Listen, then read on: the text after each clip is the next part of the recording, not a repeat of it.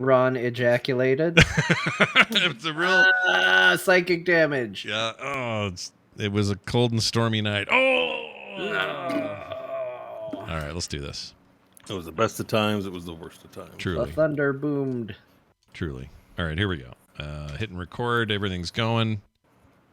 Let me make sure. Yep, we're good there. Okay, here we go. Off we go in 3, 2, 1. Whoops. Damn it. 1, 2, 3. Or 3, 2, 1.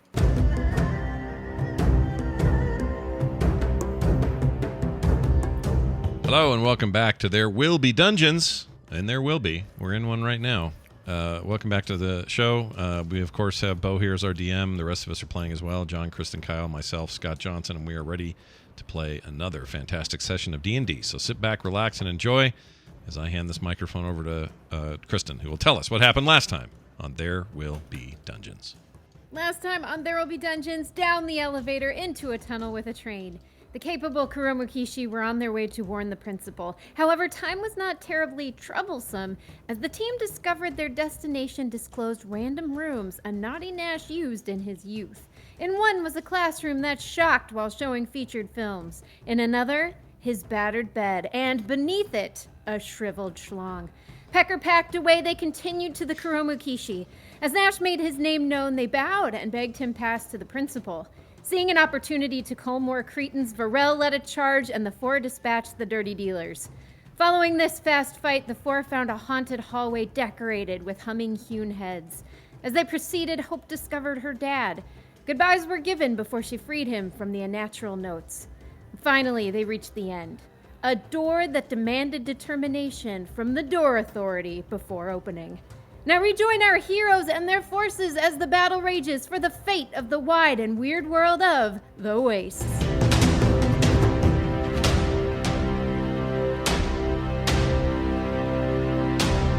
All right, Bo Schwartz, it's in your hands, sir. All right, the four heroes of the Waste stand before a door whose frame is made of faces peeled from bodies and fastened somehow, flesh to stone, to the wall. The mouths gape and open, close. They stare out into nothingness and they chant, "Ah, ah." A face forms in the doorway as you make the attempt to open it. Declare thyselves to the Door Authority if you wish to gain access. The eyes are hollow, the mouth is hollow, formed of the metal of the door. I would say we're still a ways back, as Nash is supposed to be journeying alone towards the principal. Yeah. Mm-hmm. So I'm the first to see Nash, this. it's said. Okay. Does the Door Authority have... this is more a question for you, DM. Does the Door Authority have, like, the ability to know what other Door Authorities have done?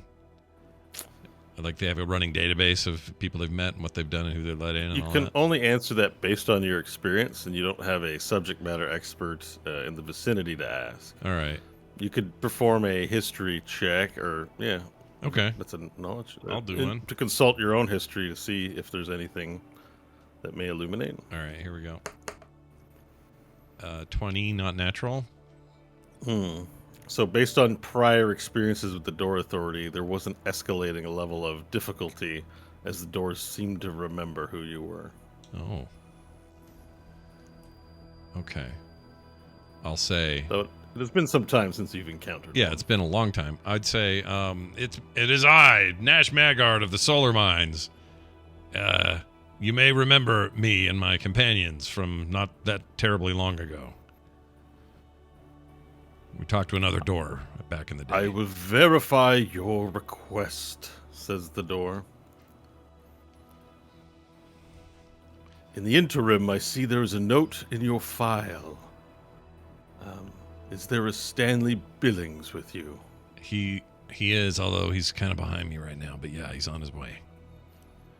There was a note here from one of our agents, Dorothy, asking after his whereabouts. Is he all right? He's doing great. He's in fit as a fiddle, and rocking the world. He's doing good.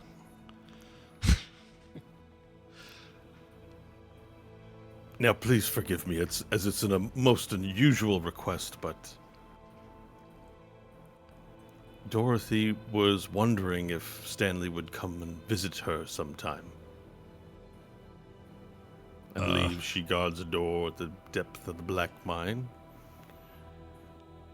How far away is Stanley from me at this point? Stanley? No, we're hanging back. We're watching from a distance. Can you hear it? Is he far enough to hear it? Like all this? I think you can hear it. It's all quiet, so yeah, you can hear this. Okay. I'd say, well, I'll ask him as soon as I see him, knowing he's hearing this. It would mean a lot to Dorothy. She has not seen him in some time, and, well, according to these notes, they may share a deep bond. A hinge, as we say in the door realm. Oh.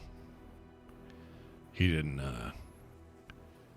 try to touch a door with his wiener or something like that, did he? Excuse me. It's a bit crass. Well, yeah, but how else do you have a relationship with a door? Well, whatever. I'll pass it on, and we'll find out what's going on with Stanley and Dorothy, and he can... Good news, I've reviewed your file, and your fines have been paid. Oh. You are free to proceed. One moment, please. The door begins creaking open. And then the big metal door just sort of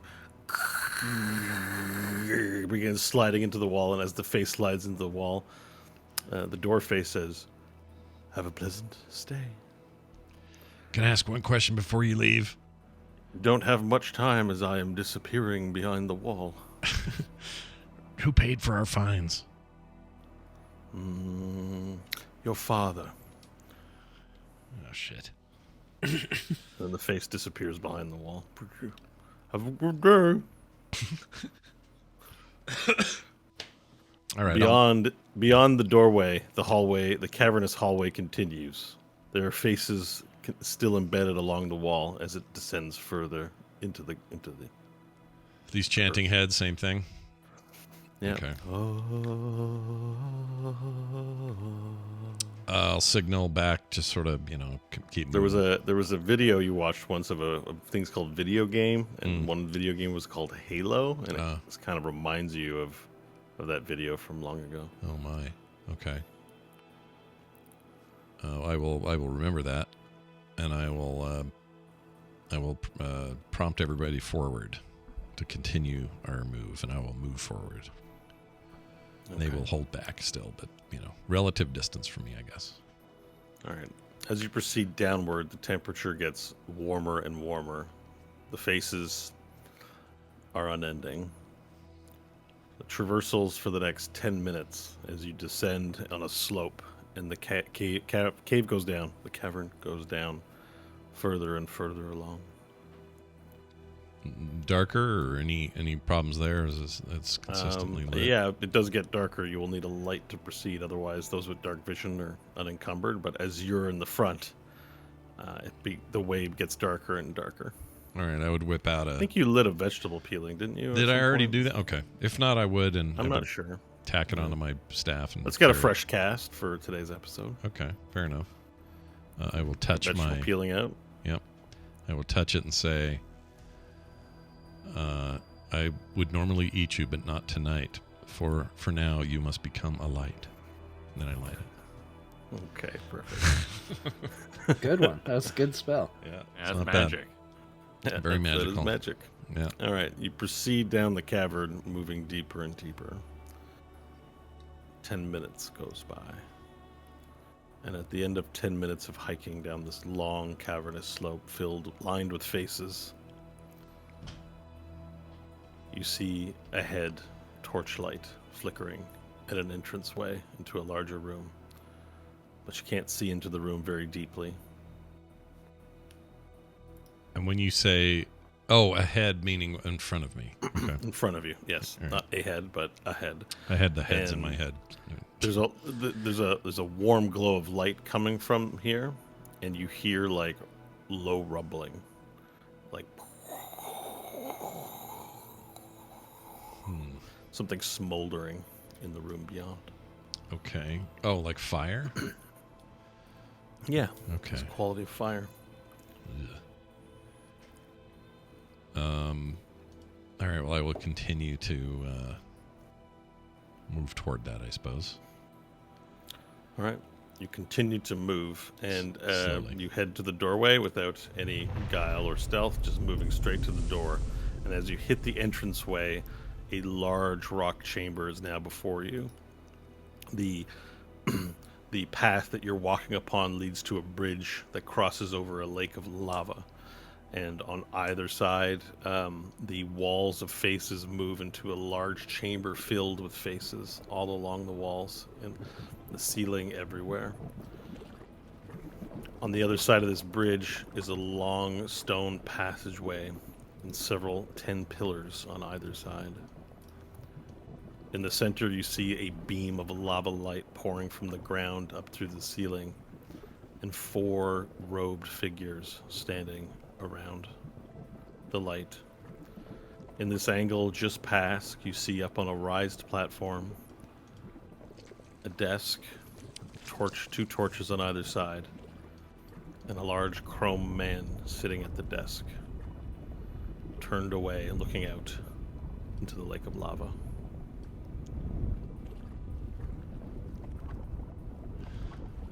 Okay. The chanting is louder in here as there are more faces, and you hear ah, ah, ah, ah.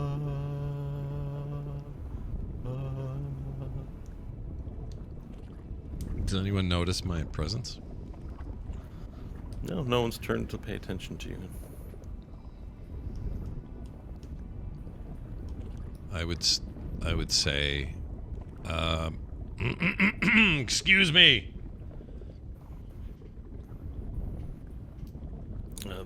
The smoldering's loud, the chanting's loud, and the robed figures don't appear to respond.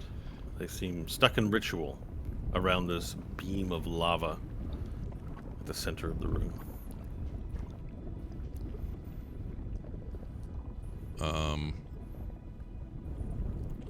I would test this quiet by saying, and I wouldn't yell it, but I would say, the principal eats donkey nipples. Any response? Any kind of rustling of Make their... a performance roll. Let's see how well you do. Okay. Here we go. Another... Oh, a 21. Not natural 21. Well, it's quite loud, so you yell it quite loudly across the room, and the form of the principal swivels in his chair, turns around and looks to you, Nash, from way across this vast room, and we'll say the following once I get there. Sorry, guys. No. You're all good.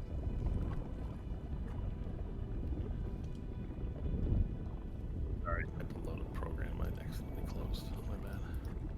For the whole voice thing. Worth it. Worth it. He's standing up, preparing, stretching. You Yeah. got to get the metal diaphragm Yeah. opened up. Doing that neck thing. Yeah. All set to rock. Blow our minds. Bo looks like he's performing, but we can't hear Oh. Yeah, it's muted. him. Turns out we can't hear him. He can hear us, but we can't hear him, so we just see him up there going. Yeah, I don't know what happened. Oh, here. now we Sorry, hear you. guys. Yeah, now you hear me? Yeah. Just normal. Normal voice.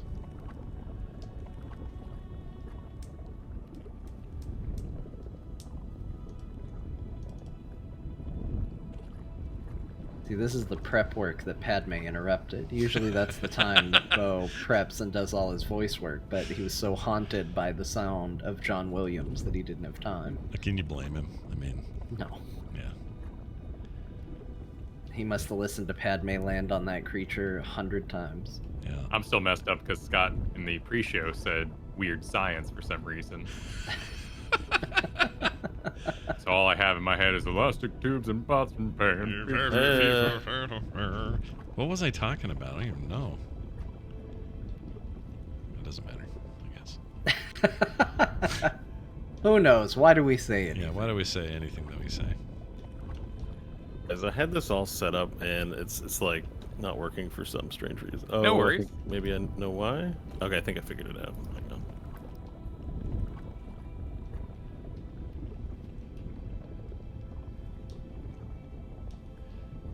While he does that, is there anything we can do in the background here if Nash becomes attacked? Oh, Oh, Oh, there we go.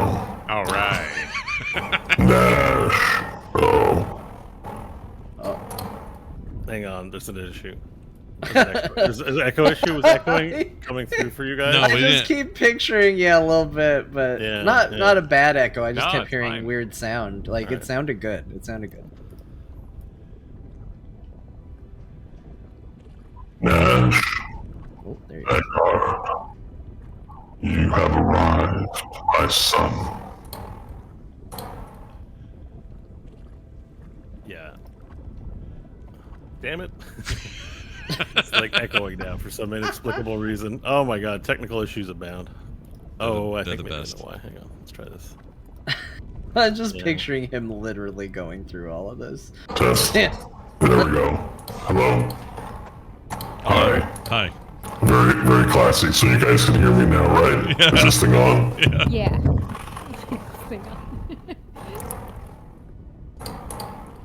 All right, so the principal turns around in his chair again. He's like, "Let me redo this for a second." And he sort of swirls around, and then he says,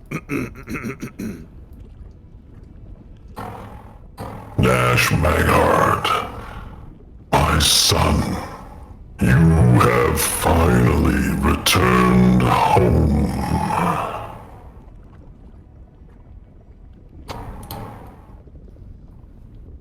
"All right," and he raises his arms out to show you what's here, and he says, We have built all of this for you.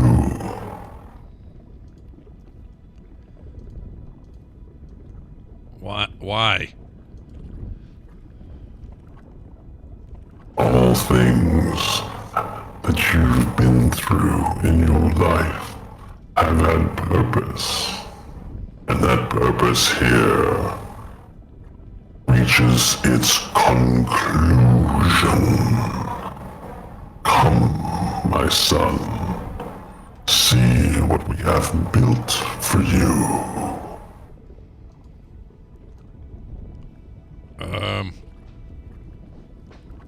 Like a tour or what?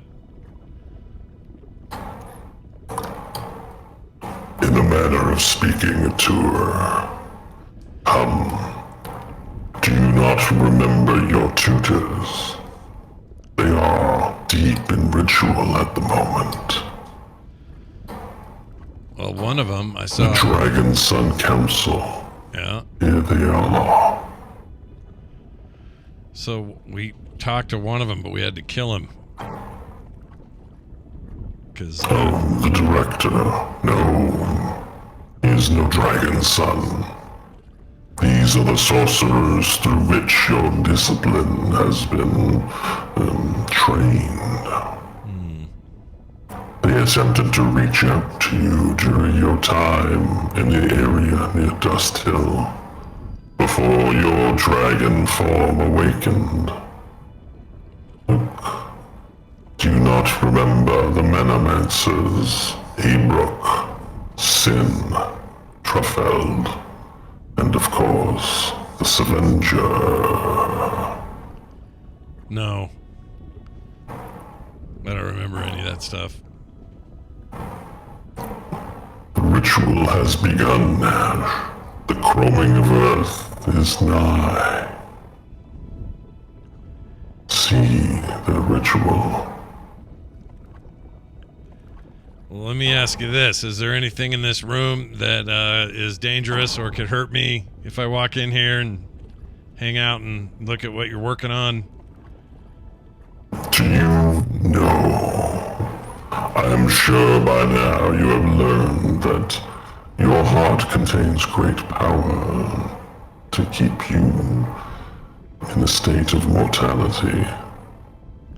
However, your friends may not survive a dive into the lava or the beam, and any hostile actions will be met appropriately.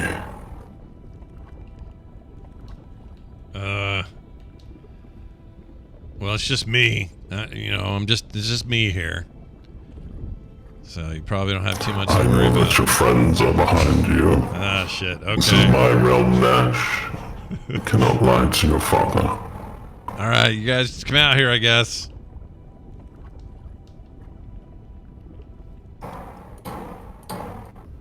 I'll emerge proudly. Yeah, I'll step out. Yeah? Okay, so everyone steps out into the room. I'm going in roll 20 just to show you a map version of what the room looks like. You will now be introduced to that, so have a look if you wish. And the principal has come down from his seat towards the back to greet you, Nash, and to give you the tour if you wish to take it. Stanley will whisper to Nash during all of this, "Hey, if he's touring you around, ask to see the hottest part of the Earth. Tell him that'd be really cool to see." Wait, why? Why the hottest part of the Earth? You mean for Because the... that is why we are here. Oh, right, we got... 100%. Yeah, that's right. I totally forgot. Okay. All right, I'll see what I can do, and I'll... So I'd say, Dad, I guess, do you want them just to hang out in here, or do you want to have them come with? Your friends may join you as you please. I'm delighted you were able to bring them this time. Okay. As to your friend's question, and yes, I heard his speech. The hottest point in Earth is indeed here in the solar mines. In fact, it is this very channel of lava that our dragon sons are performing a ritual upon. It is from this point that the chroming shall begin. Shortly. I'm glad, son, you are here to witness it. So you can hear everything we say, or think, or... Likely if you're saying it, yeah, but not like... I'm sure magic telepathy and stuff like that. Maybe not, I don't know. He's being very fearsome. Okay. This large chrome body, stands tall before all of you and imposing.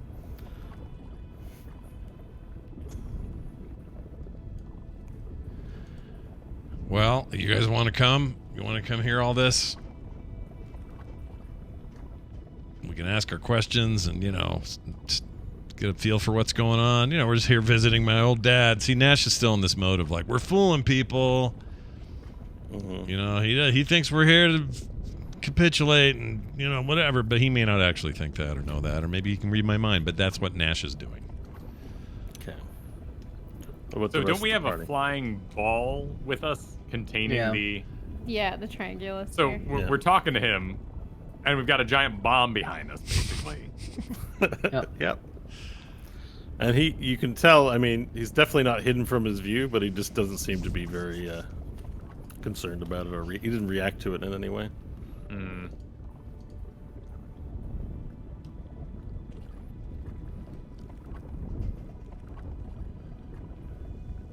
Mr. of the Solar Mines, you speak with such inevitability, yet we are the heroes of the waste. Do you not find us a threat on this day?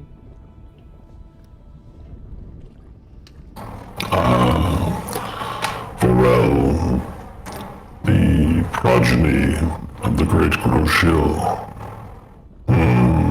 It is with great pride that I host one of your kind here at this most auspicious of days.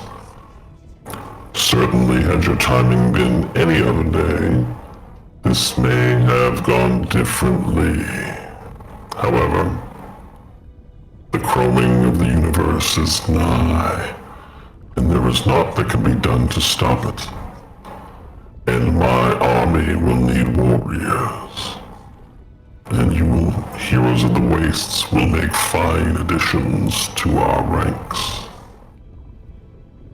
Come, let us discuss the future.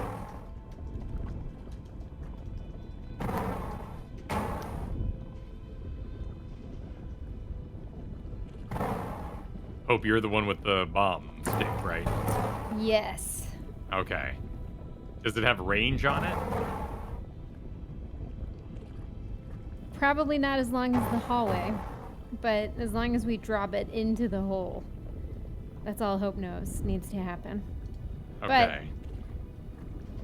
I don't know if we can table talk. Hope's concerned there might be some sort of invisible shield over the hole at the moment. Fair enough. Yeah, we can't really just run in there and slam dunk it in and then run for it, I So assume. what you're seeing upon the map in that location where the beam of light, I've put like a round circle there, right? So it's currently a beam of lava. So you might want to toss it in there and hope it sinks, basically. But yeah, like not to answer any of your questions table talk style, but that would be like your target. Has the principal changed his look in any way? Is he sporting the arm or? No, he doesn't appear to be sporting the arm that you went to collect. He appears to be in his usual state, with the blue ley lines running across his body, his chrome form containing sort of makeshift outline of clothing, like a sort of a robe, like a gi of some kind. And he's wearing, of course, the 10 red rings of death upon all of his fingers. And then the dragon priests, you said? Yeah, the Dragon Sons, introduced as such, they look like Nash. They are Nash in his prototypical form. They are shriveled humans with brown robes, and they have their arms outstretched and are chanting in ritual around the beam of lava, as depicted on the map. Do they appear to be Nashes? No, they look different from what you can't really see under the robe too much, but they were identified with different names by the principal, so the implication is they're not Nashes. Okay.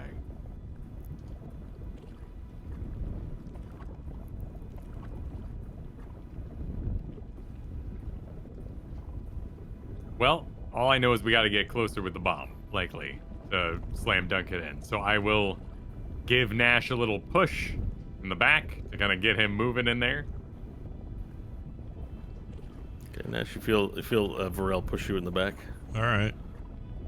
I'll start moving Okay, toward so him. The party is moving up towards this thing. Yeah, let me get a circle here for your trianglosphere. Well, I think if you guys have control of your dudes, you can move them up as you like. I do. You have free So I would roam be- over the area. Probably Yeah, I'll be back here. Yeah. I'll get Hey, kitty we did corner it. from him. He's my dad. He's not going to shoot me or hurt me, right? Depends on what kind of dad you have. Yeah, that's true. Oh, That's man. a weird. I don't know if that quite works, but there's your trianglosphere.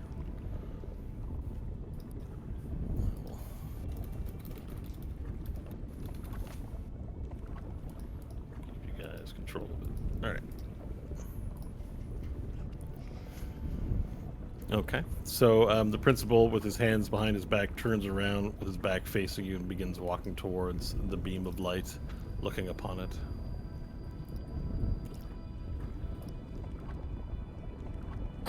Soon it will all be over, my friends, and a new era will begin.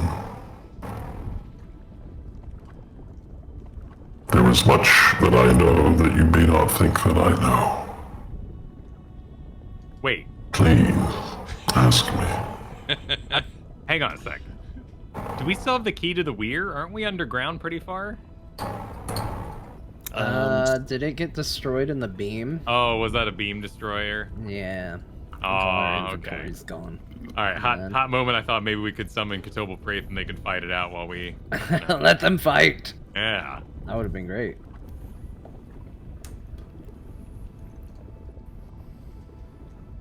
All right. Well, Varel is doing his usual tense bits. He doesn't like any of this inevitability talk that's going on in front of him.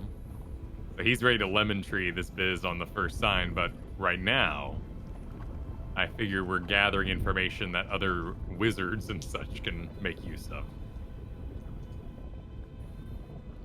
Yeah, Stanley's just following along, playing the part. Yeah. The talkie folk got to do their talkie stuff before the fight, not after the fight. I guess is what I'm understanding. It's talking time. Yeah. The principal's invited you to ask questions, however. Otherwise, he stands silently observing the beam, Hope's watching. kind of pushing people forward. All Stay right, quiet, but just push. trying to get him closer. Yep, I'll push Nash up then. Yeah, Move just your keep pushing tokens. him. Move your tokens wherever you want. I'll get pushed. There we go. I'll say, how do I know I'm your real dad, or you're my real dad?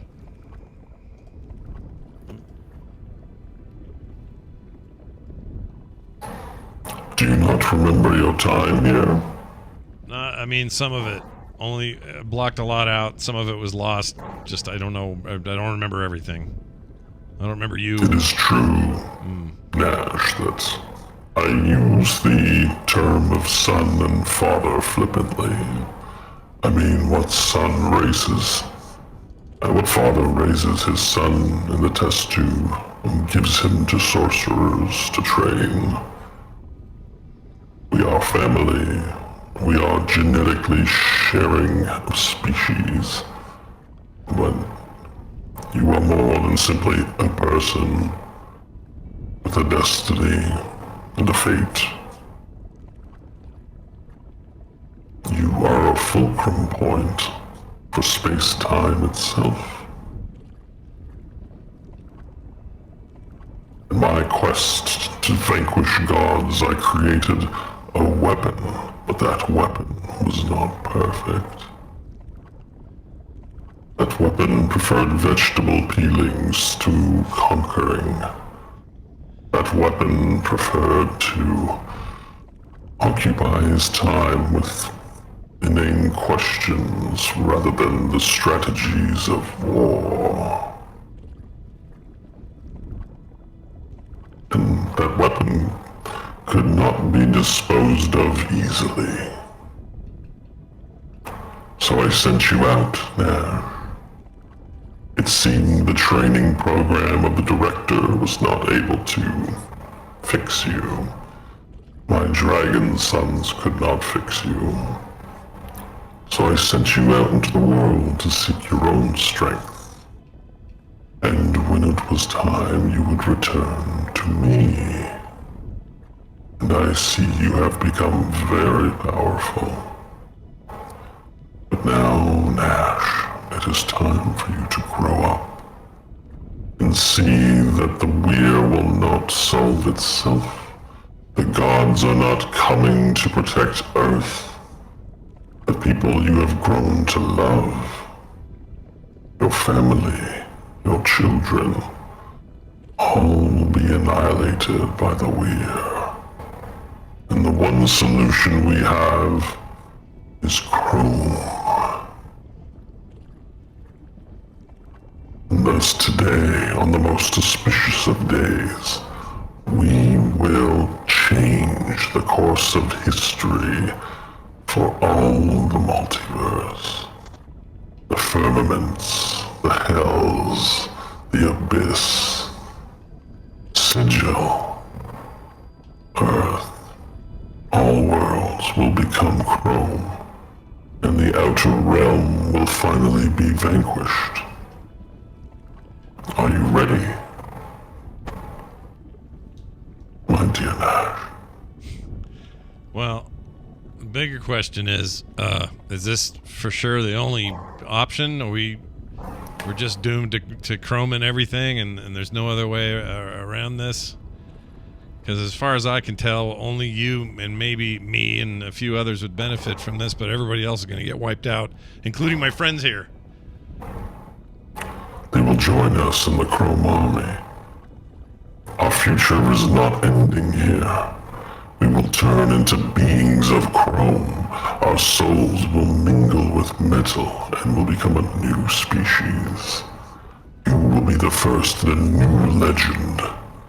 This has been my life's work, reaching a point of culmination today.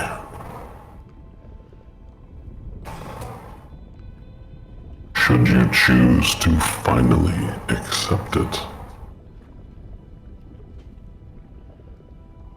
or perhaps you will choose to throw that thing into this beam and choose differently again.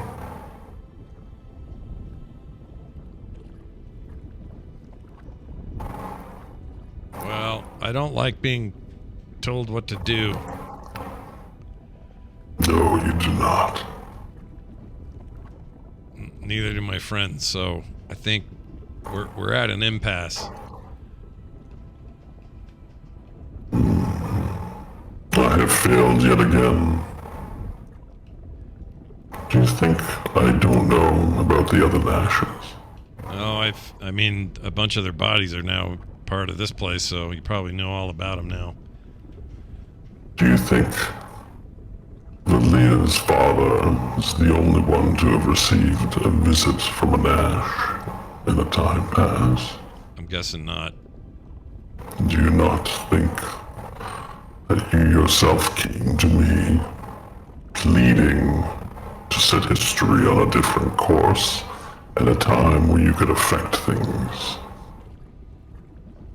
Well, even if I didn't, would you tell me any different? I will tell you. I have tried many times to solve this predicament wherein the Weir invasion has had an effect on your dragon metal heart that causes the splitting of time.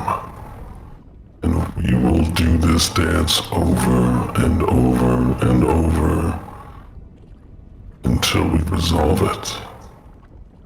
Will we fix the problem this time? In no possible universe do you ever agree to chrome on the world. Perhaps this time could be different. What if this time's no different? Then what happens? I don't know. We meet our end in the realm of adjacencies, or as you like to call it, the time bath. The Weir invades, they corrupt the prime material, they corrupt the firmaments, and creation dies yet again. I am not your enemy, Nash. It is the Weir. It is the one they call TWBD that you awakened. He is your sin. And it is up to you to resolve it. The rest of us are collateral in your waste, although I refuse to be made a victim.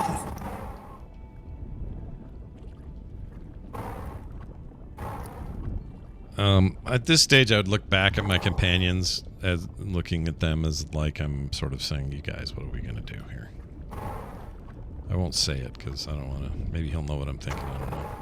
Stanley will step forward to look at Nash and say, Nash, we've been going through this for a long time now. We've been seeing it constantly. Signs that this has happened before, that it's going to happen again. And we have been telling ourselves that we are the run that's going to finish what has been started so many times. But if what he's saying is true, then every time we come here, every time we do, It is the same outcome. We fight him. We lose. The cycle begins again, and I'll look towards the principal. Is that right? Mostly correct. In fact, in most outcomes, you win. And I lose. But if I don't apply pressure to you, Nash, for you to develop, to create the diamond of a weapon that you must be, then you flounder, flop, and become a beached whale of a being, and I can't allow that. So I will move forth with my plans, no matter what happens. You will have to stop me. But the greater enemy, as I have always stated, is the weir. So, And we must stop the weir. so in the end, the weir always wins, is what you're saying. What if we didn't fight each other this time?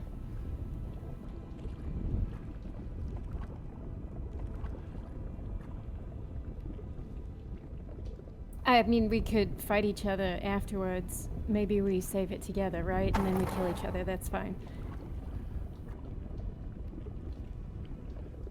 I'm listening. Well, do you have a way to get down to the weir? What if all of us teamed up and we went down there and destroyed it together? I have no means to travel to the weir of my own volition. Do you? If we got back to the mine shaft. we used You to. refer to the Black Mine. There was a beam of light outside of what was the name of that place? Oh my gosh, I can't remember. Kervalon. Outside of Kervalon. And we all very nearly died. We wound up transported to Sigil, and when we were, all of our items were either destroyed or left behind. There were keys to reach Katobal Praith left behind.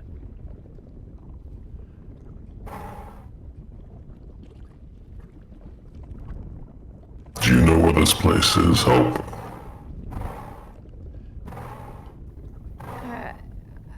I could envision it, yeah.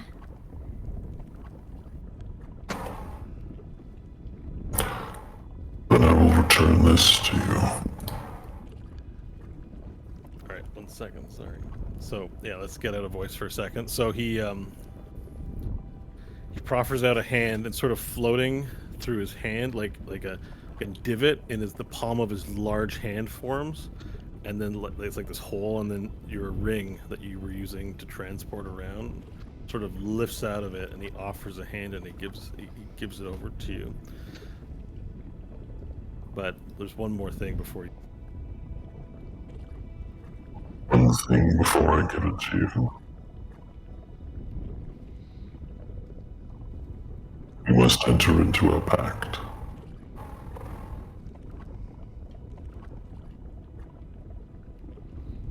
The 5 of us, yes. But we will see this through to the end. But not a single one of us will rest until we can defeat our enemy.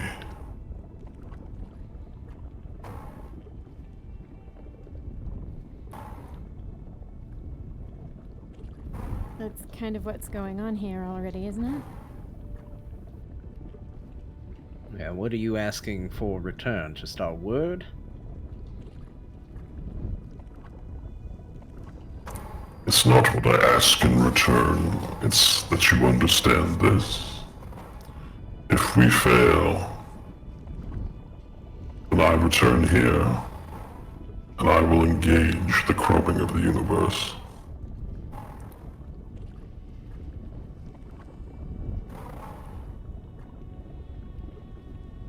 Unlike you, I have, well, like my son, I should say, I have means of cheating death myself.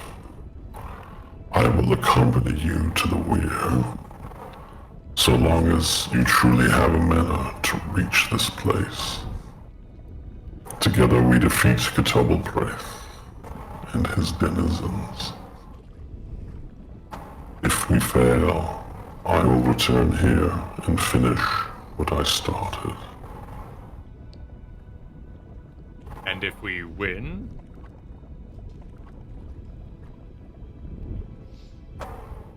If we win, then perhaps I can find a different way forward with the chrome. Only those who volunteer will be converted.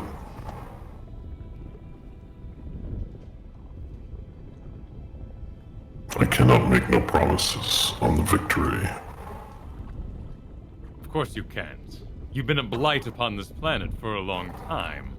Your own city that you destroyed was one run by slaves and injustice. I do not trust you, nor do I trust any deal that I would make with you. This TWBD I have been a man of my word for as long as you have known me. Let's there's a fight word for tomorrow's battles tomorrow. Yes? The word for you is evil. And though you may be a father, you are no father figure for this planet. You mean to engage this world in a chroming? What will be edible? What will survive? Nothing. In that way, at least the Starbucks or the wheel supplied us with drink and merriment. And though children did tap on the windows in creepy ways, I slept for a time. The weir is preferable to your universe. Sentimentality does not suit you, great warrior.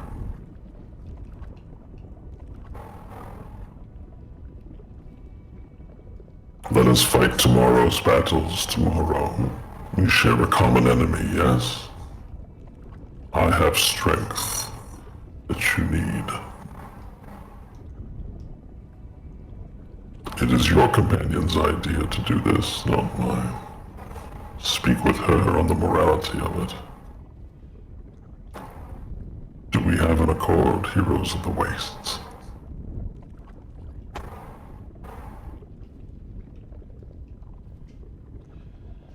We have no way of knowing that this man. I'm gonna speak of you as though you are not here, Principal. Keep your voice of great volume quiet for a time. As you wish. This man cannot be trusted. He will likely chrome that universe and this one.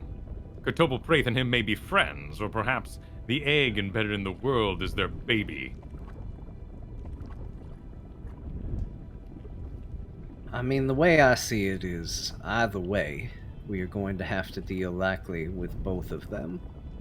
If I had my preference, if we can have an ally against TWBD, I think it would be welcome, but I am in the same mind as you, Varel. There is no situation where we do not have to deal with this one. I'm not going to see the world chromed voluntarily or involuntarily. He's clearly lived too long to be left alive.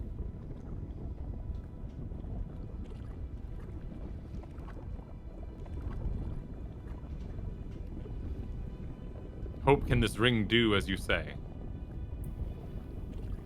It can open a gateway to wherever we need to go. I think I'd have to, out of character talk, I'd have to read the description again to remember if it does off-plane stuff or not. Yeah, while you guys continue to discuss, let me see. I guess it's no longer in your inventory, right? The ring that we had, so let me see what I Correct, can find. yeah. All right, you guys can keep going, and I'll try and find that for you.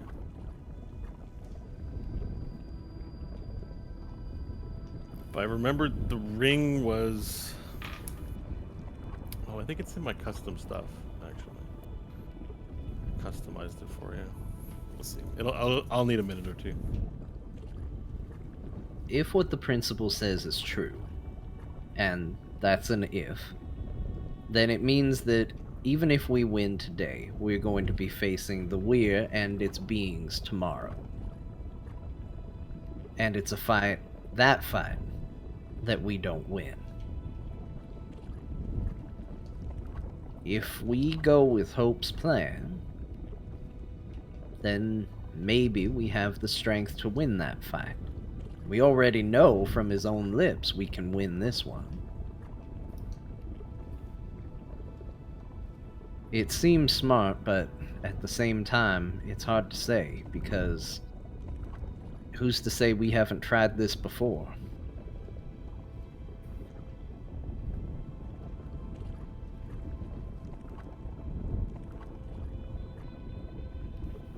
Unless What do you Nash think, could remember Nash? something. Yeah. You're uncharacteristically quiet. I don't What do trust. you want to I don't do? trust him. I don't even know if he's really my father or not. So I'm kind of in this position of where Varel is. Like we're in bed with the devil if we do anything with him, and we're, or maybe we're dead the other way. But I don't want to do anything this man does or wants us to do. Okay, so the hollow ring is what the item's called. I've actually, I think, added, if you refresh your character sheet, I've added it for you. The ring has 1 charge. The bearer can cast a modified version of the spell Gate at the cost of 1 charge. But for this version, you have to commit an evil act within 60 feet of the ring to recharge it. However, it currently has a charge, so you won't have to do anything evil, I think. I don't remember if it was charged or uncharged last time we used it. Do you remember? No. No. I don't think I ever recharged it actively, but I don't know if anything happened. I know you. I That definitely might remember have you doing something charged kind of it. shitty in when you returned to Tiet Kala to get it going, but I don't remember our last status. However, the principal probably did something shitty, so we'll say it's charged. I think Wasn't that the odds are- ring of Brent that was given to Dr. Spider?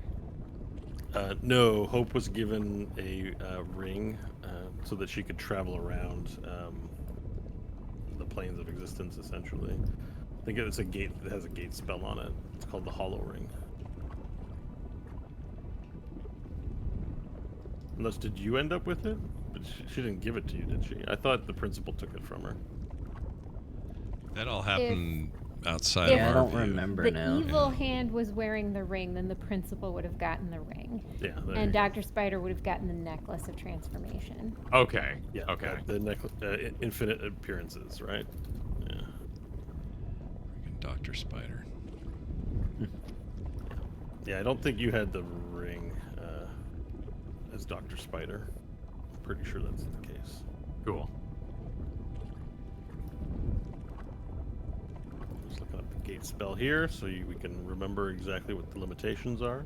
I think gate is, it's a 9th level spell. Conjure portal linking an unoccupied space you can see within range to a precise location on a different plane of existence. The portal is circular opening, which you can make 2 to 20. So it's basically like the Doctor Strange portals, like just like anywhere in the cosmos. This is not a Varel idea, but isn't Brent in this love triangle? Doesn't he also want to dominate the world or have the weird I think destroyed? he just wanted to keep the balance. Okay. Well, I mean, Brett definitely is a god with his eyes set on his godly goals. So. I just can't remember, was he wanting the principal dead, or was he wanting something else? A lot of people wanted the principal dead. Tobal Praith wanted the principal dead. Brent's goals are not clear to you. Okay. Okay. I was Being wondering as if we could get them. shifty and as greasy of a character as he is, I don't think the only person he would have explicitly discussed anything with would have been Hope, and not any of the other party members. And I don't think I ever made it super apparent. I'm trying to remember when you guys. It's been a long time. I can't precisely remember what he would have stated. What were his goals? Right. Versus what Remember were that his at all. actual goals? So I'm like trying to be careful about what I say. But basically, he would have set you along the path you entered into. Oh yeah, it was in his best interest to send you on your path to find what you were looking for at that time, right? You went to he directed you to the Council of Clowns to find out where.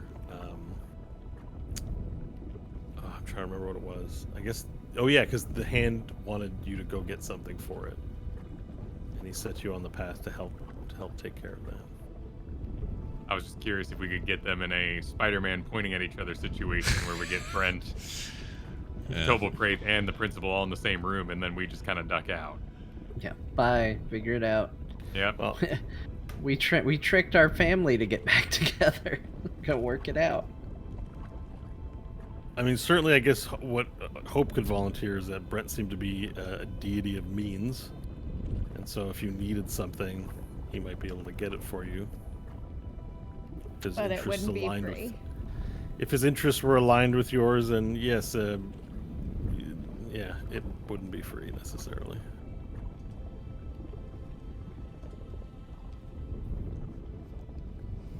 All right.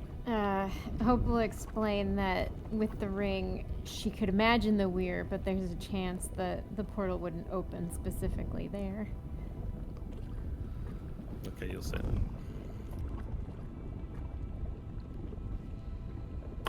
Indeed, you have been to the weir once before.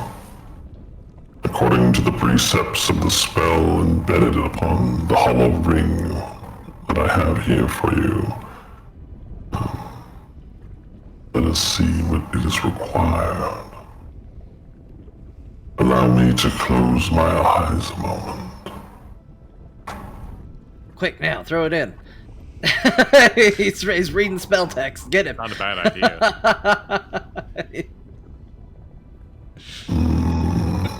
You have but to know the location for the spell.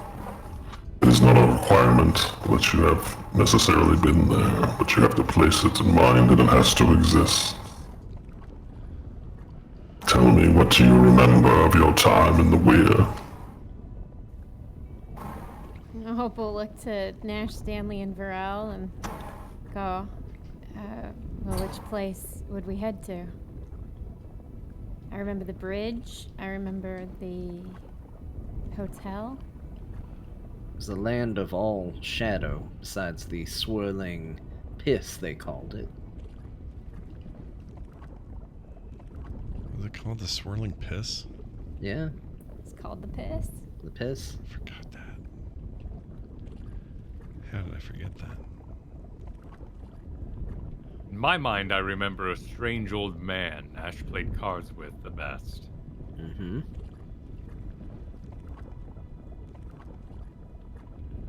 And the underside of a bed.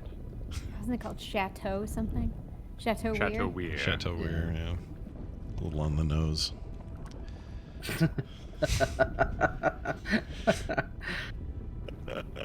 I just pictured everyone's just reflecting and trying to remember, and Nash just blurts out a little on the nose, just like randomly, like, without non sequitur, without context. And it's like, okay. Oh, Tobelpraith's throne room? Where we met him. And we made the deal.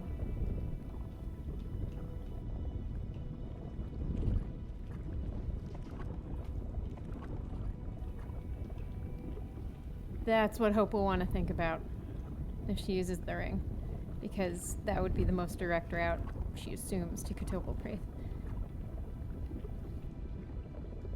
Judging by your faces, you have something in mind.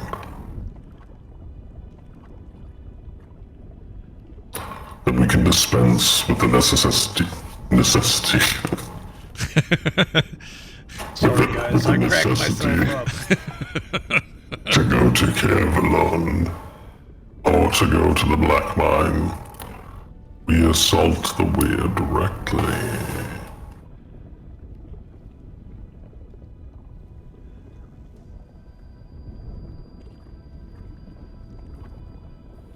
We have made plenty of bad decisions in our adventure, and I'm loath to be a puppet once again to greater forces, but this is an idea born of hope, not of devils or gods or anything more. and I'm more inclined to trust her than the words of the Chrome Man or a demon.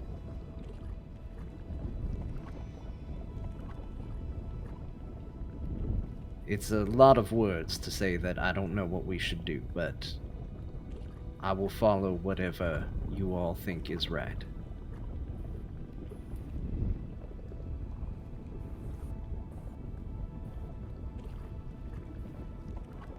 I'm with Stanley. We just have to decide together and not just because, my supposed father has ideas. If it's the best idea, then fine, we do his idea, but I have a feeling it isn't. But I'll go. I would eschew any misgivings I have and follow any one of you into battle if needed. I do not doubt my own strength, and I believe we could destroy both the principal and the Weir Master in turn. There is no need to ally with the being who has beset us for so long.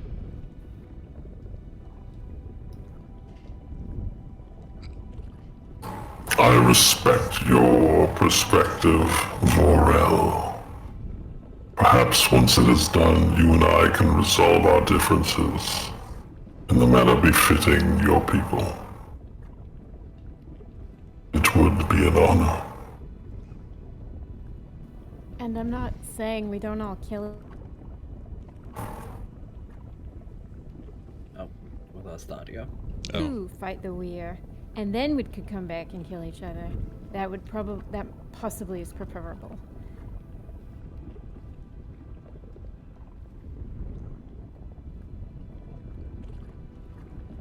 Let's add another voice to this, nonetheless, then.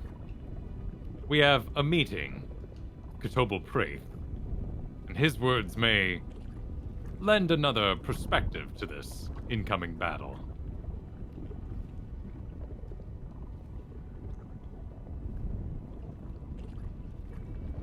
Fine. Let's do it. Everyone all together, in the same room. Like family we've become through time and space. We will argue.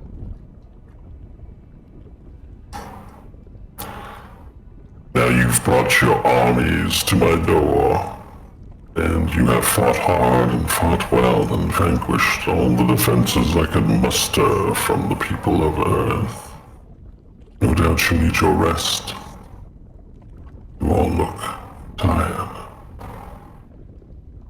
I have chambers for you to rest in, to bathe as you need. But allow me to recommend that we cease contact with the surface. No doubt the High Alpha meant the Lodar, and my old friend Monsoon Cabbage will not approve of our accord. Agreed?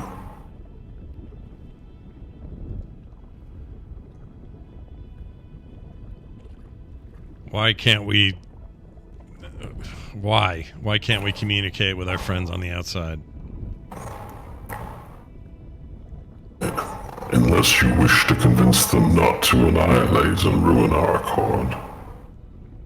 I don't think that the forces you led here in battle, the hundreds who've died in your name, for the sheer goal of destroying me in this facility, will take kindly to your betrayal of their sacrifice. I would suggest we do not reach out for contact until we have solved the real problem here, which is the one of the Weir.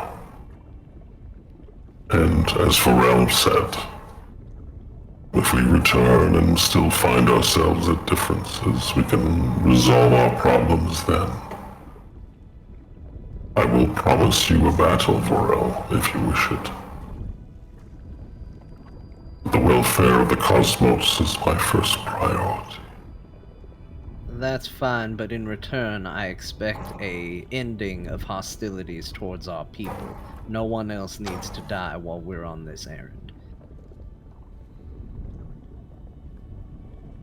I can agree to these terms, Valir Onoth.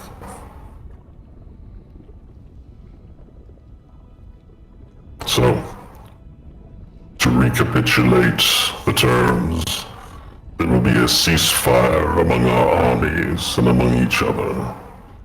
We will proceed to the weir together after rest. We will not communicate with the outside world until our deed is done. We will meet with TWBD, either in battle or in discourse, as Varel suggests. But either way, the weir will die. Upon returning, we will resolve our conflicts as we see fit, and the accord will be over. Should the four of you perish, I will return here and continue what I've started, and Nash, you will join me.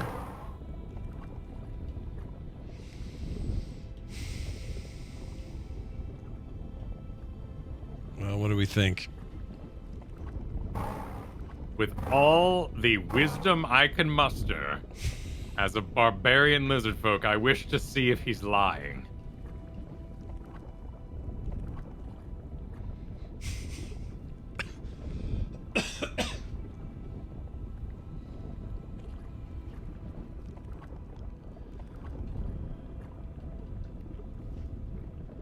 How might I answer that question? Sorry, I said do it, but I was muted when I said Oh. it, so everyone was just like, Everyone's hello? like, Bo's Everyone, really like, do it. Yeah. Sorry, I just, yeah, do it. yeah. Wow, that was, wow, it was meant to be more dramatic. Oh well, sorry. I got an 8 on insight.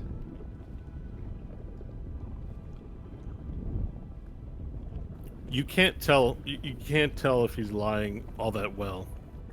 What you do sense from him, even without the need for a roll, is that this person has a complex understanding of how to speak about what is in that human way where they can speak the truth and yet still be obfuscating it. And so it does nothing to, you're not like, oh no, I totally believe him, my suspicions are allayed. You realize in this realm he is more of a formidable foe than you are currently with this sort of insight, that you're not able to catch him. You know it's occurring, but there's nothing about what he says that you wouldn't believe he would follow through on. But you know something. You still would suspect. You are your character. You still suspect something's up, and that suspicion remains.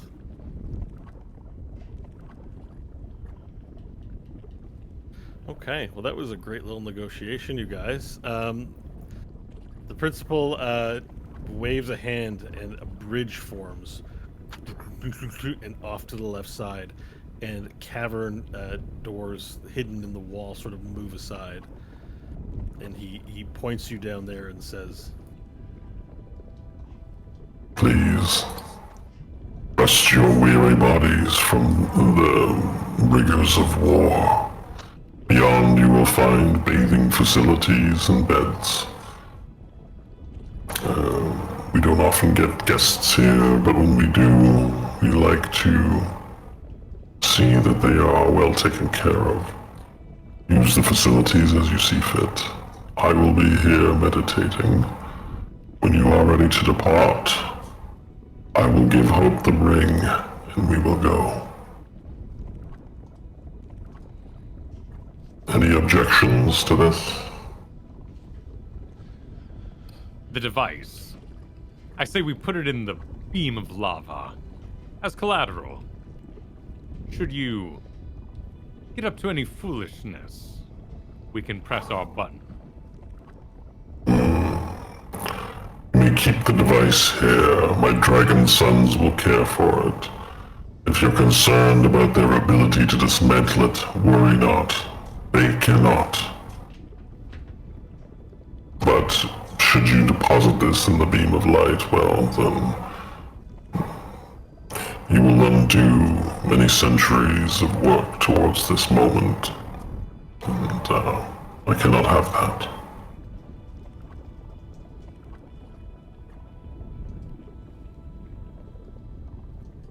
Then we have our agreement. I have never met anyone so fearful of life's trials than you, Principal. perhaps when... Shit.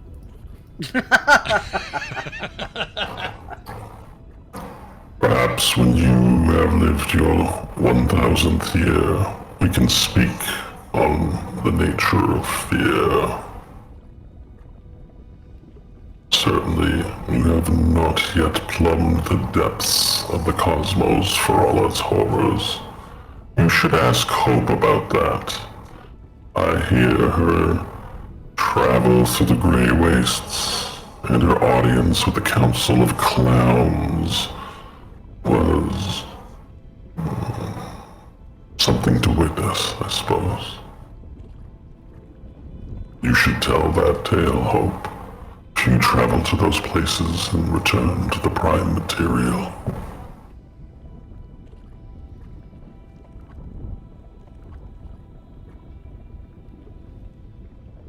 Anyways, I bid you good day for now. Go, rest your weary bones, leave the triangle sphere here.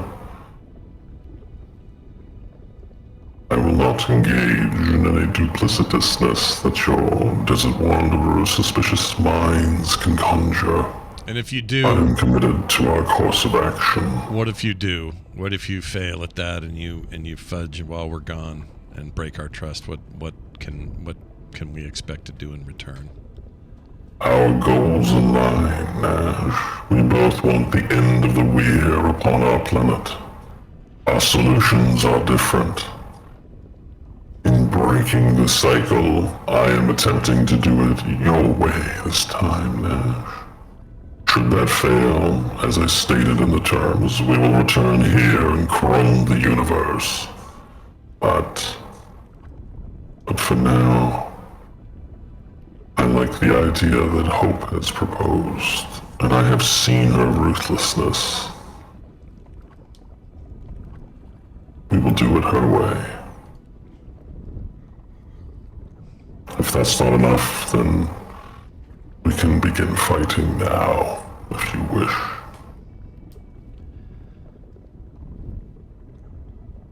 Nash will look at his hit points and say, "It's not a good time right now. Spell slots are a problem too." When you look at your hit points, what exactly are you looking at? Do you pull your pants open and look down? Is it See how much blood he's losing in general? This is Yeah. about 47 hit points worth of blood. Yeah, feeling very, very weak in a kind of almost 82 out of 130 kind of way. 82 out of 130. It's not great. That's go get a sandwich. brother. Like, you're not against the fine. principle, it isn't. If we had to fight him right now, I will die in that battle. No, you won't. You first of all, you can't die. Second of all, he doesn't want to kill you. Third of all, Okay, fair point. But if I die, What was the last point? I'll be useless. I'll be useless because even if I die, I'm just a floating heart, and he knows that, so he would try to end me to that degree, so that I'd have to start over and I have no power. I'm just saying, it's not. Yeah. Plus, all my spell slots are jacked. Maybe turning into a floating heart is a fate worse than death. Actually, really incentivized. You guys are like, what are you complaining about? You're immortal, and he's like, you don't realize death is preferable to what I'm going through. Right yeah, now. he's more afraid of turning into the floating heart than we are of dying. Our characters' deaths are less scary than him not dying. Yeah, it's a fair point. So at this juncture, we can hit our mid-show break, but I'm kind of gently pushing towards you getting your long rest if you wish to have one before heading to the weir. Yeah, That's something definitely. you can decide to do or not, and I figure we take the break for that. But is there anything else in this particular moment that anyone needs to resolve or do? I know you guys, some of you are itching for a fight, but it may not be taking place after all. Well, it is what it is. I mean, Hope stabbed her dad in the head last week, Yeah. Stanley lost several important people in his life to getting here a few weeks ago. I got my wiener back.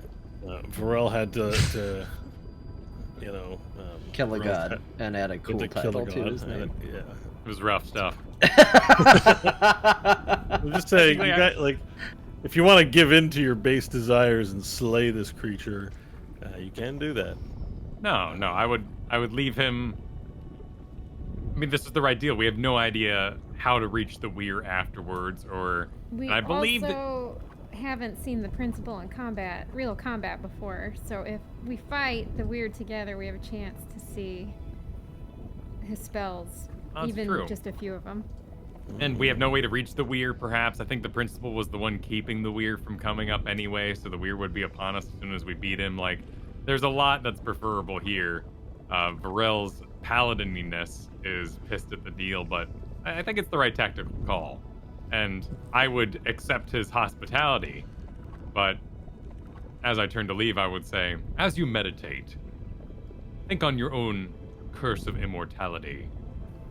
Those of us of meat and flesh enjoy the withering of old age, the peace that comes, a meal, a sleep.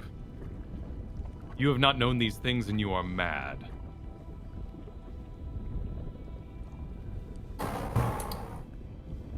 I have traveled a different path, Pharrell, and I will meditate upon your words. However, there is no returning for me. There is nothing left but purpose. The algorithm dictates that it be so. Life without purpose is one I would not live. Excellent words, Varel. All right, let's take it to the break. We can leave off on that fine dramatic statement, if All you right. will. Perfect. And we'll be back in real soon. Yeah, we'll take 10, everybody. We'll see you in a bit.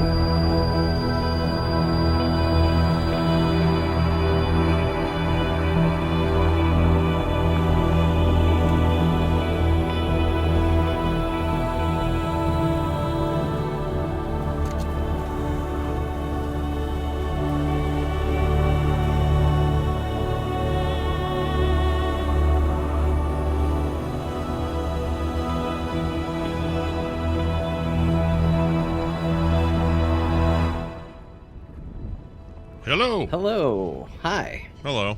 Howdy. Sweet music. Yeah, it's good, right? Sweet music, bro. Seriously good. It's pretty good. I like it. All right. Let's see. What do we have to do to be ready here?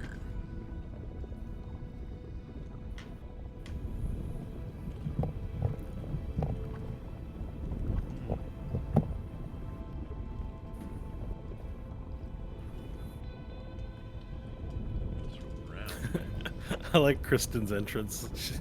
Everyone else walks from the side. She's just like, root. I was here all along. Never Got a little table behind me. It's here the whole time. That's good. Boom, boom, boom. Okay. Looks like we're all back here. Oh, gotta record it. All right, we've come back. We've returned, and Bo, it's. I guess are we sleeping? Are we resting? What are we doing? You tell us. All right, are we started? Yeah, we're good. All right. So the principal points towards a bridge that forms over the right side chasm to the area where you may go rest. The party solemnly walks in that direction, leaving the trianglosphere in this area, although you still have the remote for it, so it's sitting in Odaluk's resilient sphere floating in the main chamber. The side chamber contains beds. In the back area, there appears to be running water to a shower in an adjacent room. There's pipes hanging overhead. It's very bare bones, but looks like a place where you may rest, clean, and do what you need to do for the next 8 hours. You can hear the gurgling of lava flowing in the chamber adjacent, in the main chamber. As you depart, the principal turns his back to you and walks back to his writing desk at the head of the chamber, in silence. As you enter into this area, silence descends upon the party. This is not culminated in the way, perhaps, that you imagined. Perhaps.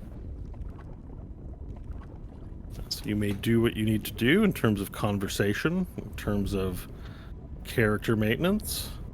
Otherwise, when you're ready, let me know when you wish to engage in your long rest, if you wish to. I mean, Nash would be ready to hit the frickin' sack, so he wouldn't have a whole lot to say. So am I right in picturing you go to one of the beds and flop face down on one? Yeah. I'd be pretty beat. Stanley will cast Prestidigitate upon him. Upon Nash? Yeah. Okay.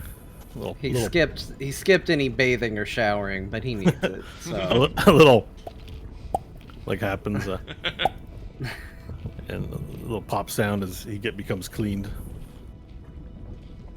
I'll say thanks, Stanley, and then I'll try to drift off.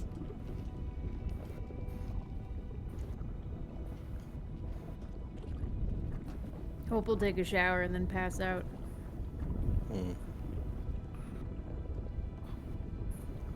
All right. As you finish up your shower, what Stanley and Varel, do you guys do anything as well? Stanley would probably look at Varel and he'd say, I have no doubt that the principal can probably hear anything we discuss in these halls, but despite that, even with that in mind, I don't know how I feel about this deal. And I hate any reservations you have, I think I share. We came here for one thing, and it feels like our entire journey has been nothing but attempting a thing, only to be offered another thing, so that we can go do that other thing, and then we lose whatever it was we were set out to do to begin with. And I feel like it's a lesson we're not learning particularly well. It just... For me as a person, this feels like the right course of action. For me as a leader of the elves out there, I feel like I'm doing wrong. Stanley, every decision you've made has pushed you further from your true self. Whereas I have grown stronger in my resolve and who I am. I am going to sleep large tonight and comfortable, so that if the principal can see inside my mind, he will know what it is like to be, as you might put it, human once more. He has lost every ounce of his humanity. His chroming is the destruction of the universe. What kind of world do you want to save?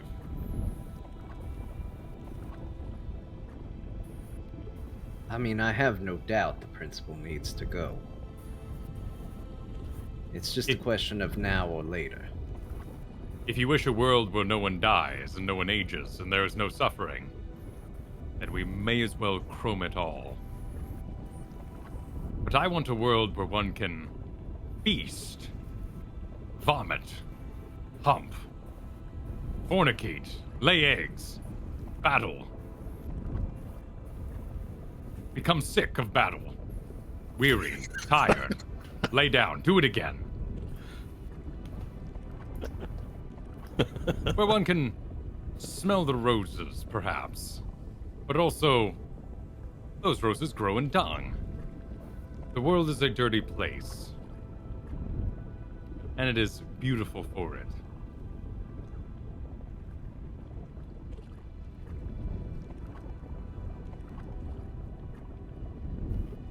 I think you're right, but I also don't know what that means I should do. It means when the time comes, you must be yourself. And find purpose in our limited time. That is what makes us different than the Ctobel Praves and the principals here. They don't know the beauty of the minutes.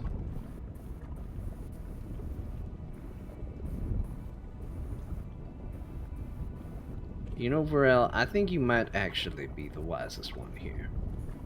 But don't tell anybody I said that. I agree, but it can be our secret. Stanley will go and he'll look at the water for a shower. He'll just go flop down in bed, dirty. And then after a minute you hear the pop of prestidigitation being cast anyway. Okay, you're gonna do a prestidigitation shower? Yep. Alright. As you guys all begin, tucking in, you hear the sound of cart wheeling. And one of the sorcerers from the ritual actually pushes in. She has a hood over most of her head, but you can kind of make out harsh, hard wrinkles of an old woman underneath. Excuse me, heroes of the wastes. Mr. Nash. Yes. I've brought repast and beverage for your rest. That's really nice. Bring it here.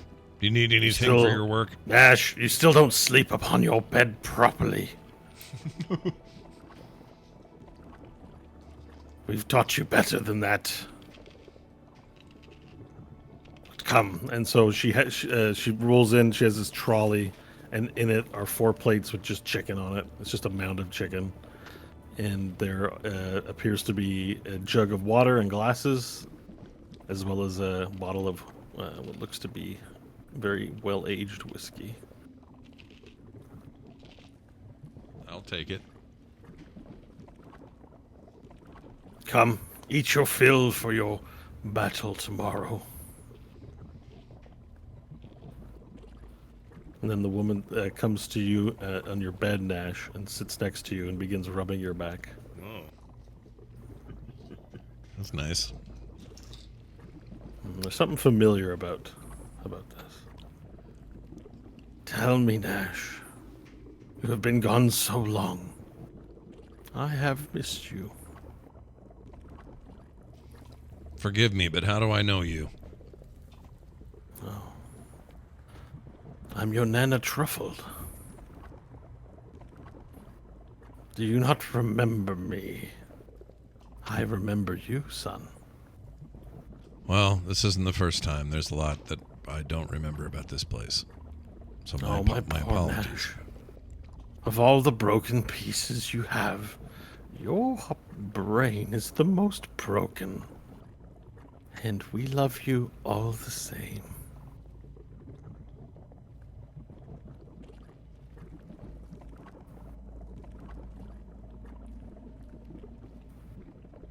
She continues giving you like a motherly like comfort rub on your back. I will allow this to happen. If something is bothering you, Nash, you know you can talk to your Nana Truffled. Well, nothing in particular, other than we've got a big day tomorrow.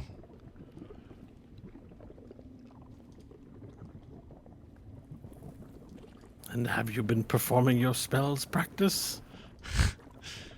Yeah, I mean, I more use them regularly now because I have to. You know, we've been in many battles and done many things. Yes, but I know you, and your lack of preparation, I'm sure, hasn't completely changed over the years. Perhaps for old time's sake, let's do a little bit of a pop quiz.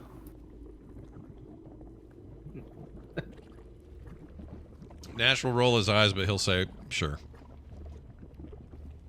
Okay. So you remember that spells have levels of severity dependent upon their power? Nana Truffle, what are sorcery points? Well, it's a good question for Nash. In the Dragon Sons tribe, we have what's referred to as sorcery points. These sorcery points are like points of knowledge. And when you focus your mind upon them, they may conduct various things. Name 2 types of sorcery points expenditures and their powers. I can gain the ability to perform more magic, aka fill some or open up some spell slots, and also use it to replenish my health in a pinch. You can do what now? Yeah, she can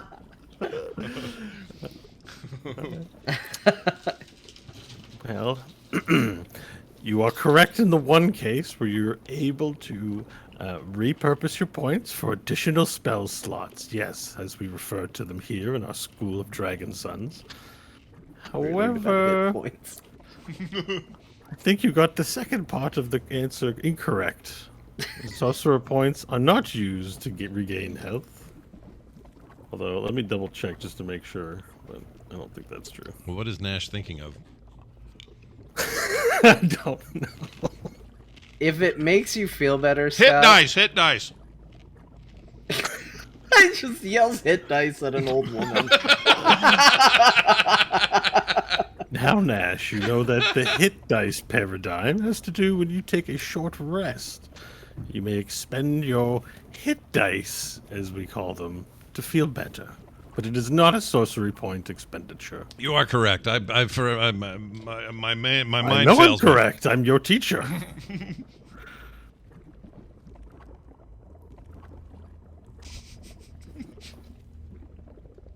Okay. Now, you know there's a spell that can make things embiggened or ensmollened. At what level of spell sorcery is such a spell?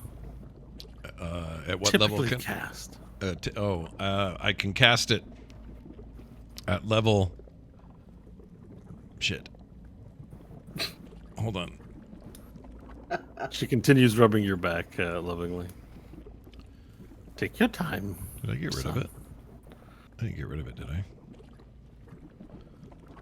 No referring to your notes. Well, you're gonna get the worst answer ever then. Oh, there it is. Okay. Level 2. Mother, what's her name? Nana Truffled. Nana Truffles. She's not Mother at all. You've got that one correct, Nash. I see you've been studying a little bit. That's good, son. Look at my cheat sheet, but yeah. And she leans over. She gives you a kiss on your cheek. So tell me, what have you been up to since you departed us? Too many adventures to list. Your father has hinted that there may be someone special in your life. I was married and I have children. You've been, and we were not invited to your wedding, Nash. No one from You here. say was. I mean, I am married. I mean, it's true both ways. It's just one has an inclination toward negativity. But yes, There was a marriage event. yeah, is what you meant, I was married and am married. And you didn't get invited because I don't like the solar mines and I hate everything that I remember from here. Some things don't change. She gives you a little kiss on your cheek and then rubs your back one last time and says, do take care around your father. You know his will is strong as his body itself. Good night, and enjoy your chicken. It's chicken and quiz night. All right. Nana Truffle walks out of the room.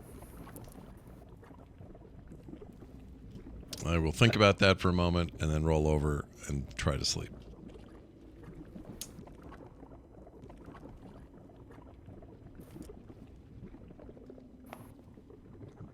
All right, anyone partaking of chicken or whiskey?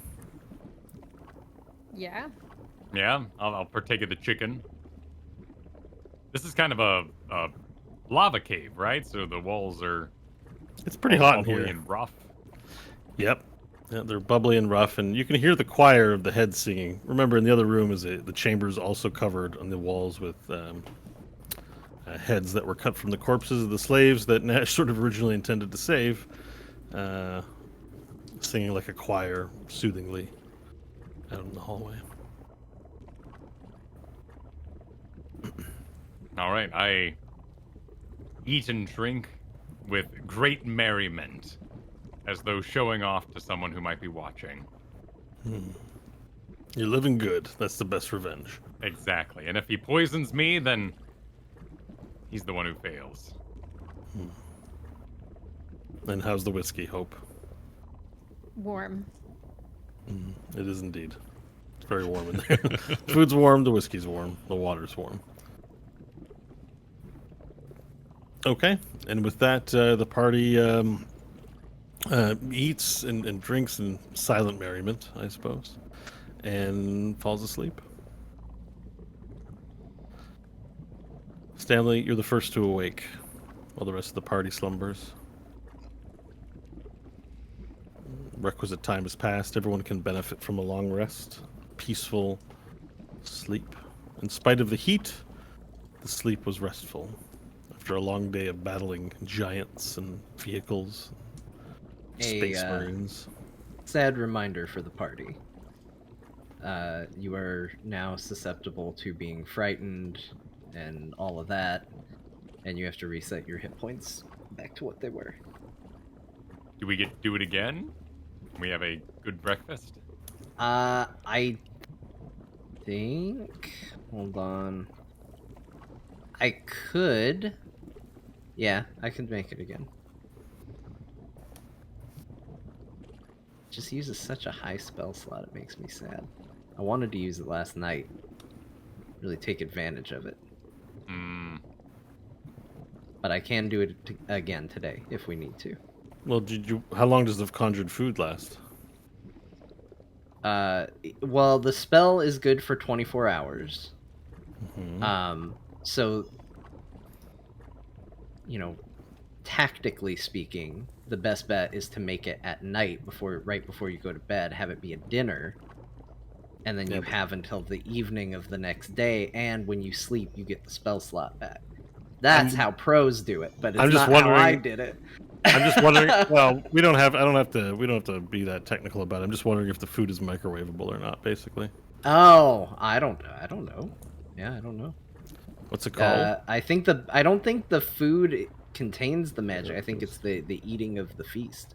It's called The Hero's feast. Feast. The feast takes 1 hour to consume and disappears at the end of that time. Oh no, yeah, so can't- you just have empty Tupperware. Yeah, you can't microwave it in the morning. Okay, that's what I was wondering, was the duration the food was in existence for. Yeah. So, yeah. Yeah, I just used too can't- many spells last you can't night, keep so like I a have chicken. to do it. You can't keep a conjured chicken wing in your robes and eat it. I'm not afraid of anything. I got a chicken wing in my pocket. All right. Alright. Okay. So you can make some breakfast though, if you wish, for a hero's feast this morning. Will you do this?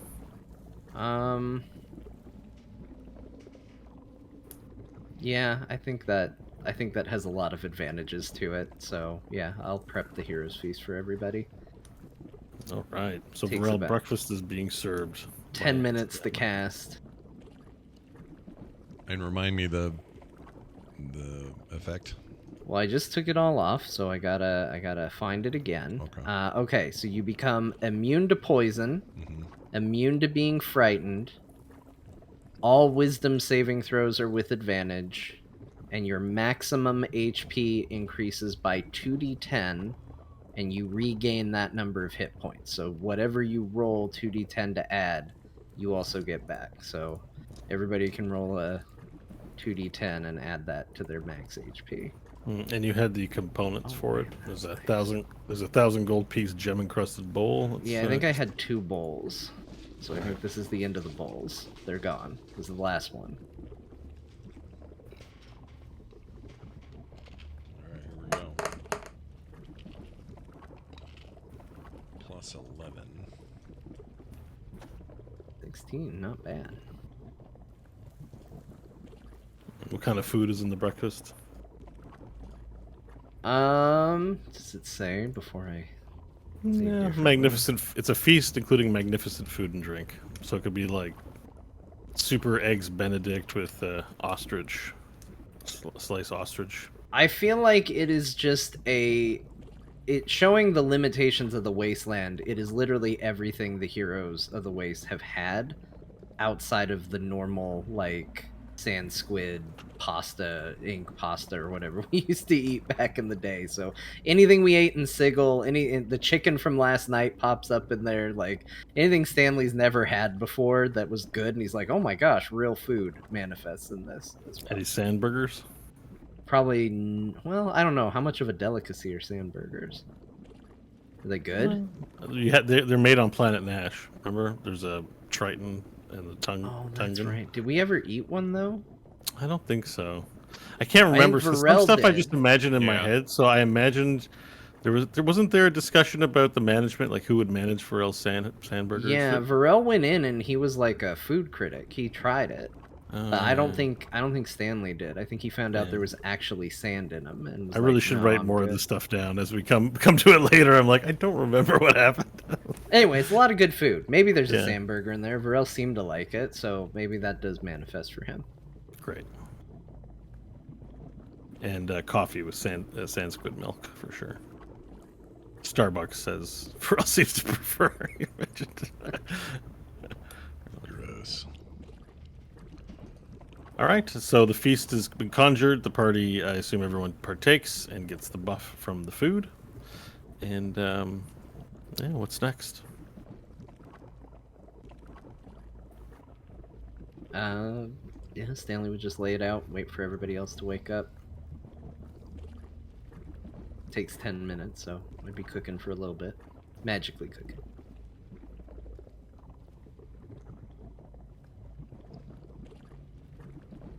So everyone's woken up by the smell of the magic cooking, essentially. I will stretch big and make my way to Stanley's breakfast. Hope we'll get up and join as well. Same. Nash, what's your wake up situation? Oh, you're just gonna wake up? Yeah, I'll wake up. I'll hear the bustle and get up. Good morning, or whatever it may be, who knows underground, but breakfast, nonetheless, for everyone. Ah, yes, food! One of the great joys of living with organs that function. I will holler across the halls.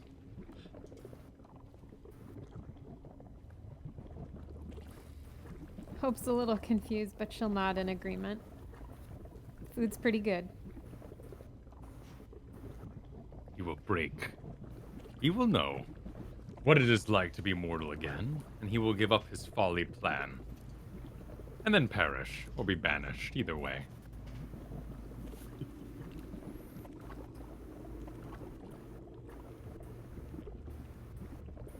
As you guys are eating breakfast, the ground rumbles and shakes a little bit. Some rock is loosened from the ceiling and falls to the ground. A little piece of rock falls into your Sanskrit coffee there, Varel. Ah, yes. Reminder of our inseminated planet. I'll If pick out we the- conquer the weird, does this thing get conquered on its own, or is this still going to be something we have to deal with?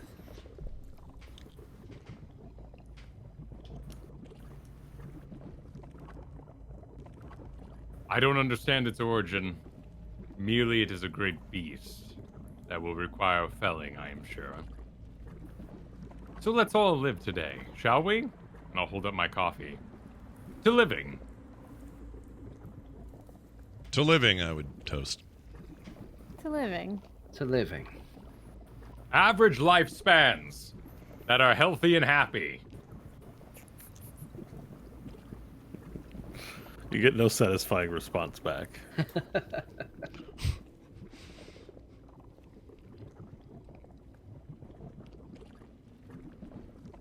All right, well, I would finish my food and give the shield a flare and make sure we're all good to go. Do a couple stretches, and I'm ready to head out to the main hall. All right, shield works just fine. Yeah, if everyone's ready to proceed and continue on to the main hall, the party exits, gets back up, goes back out to the main room. The four dragon sons that you had seen performing ritual have now stopped, and the beam of laser is no longer a beam, but more of a gurgling pool of lava. The mages are cloistered against either rock wall or pillar, patiently sort of standing sentry in the room. And the principal is sitting in meditation at his writing desk. And as you leave that area and approach back, he looks up to you and says, I trust everyone had a good rest. Are we fit for our new day of adventure? We As are. ready as we're going to be, yes. Good. The flesh requires its reconstitution, while the chrome does not, Varel. Lovely.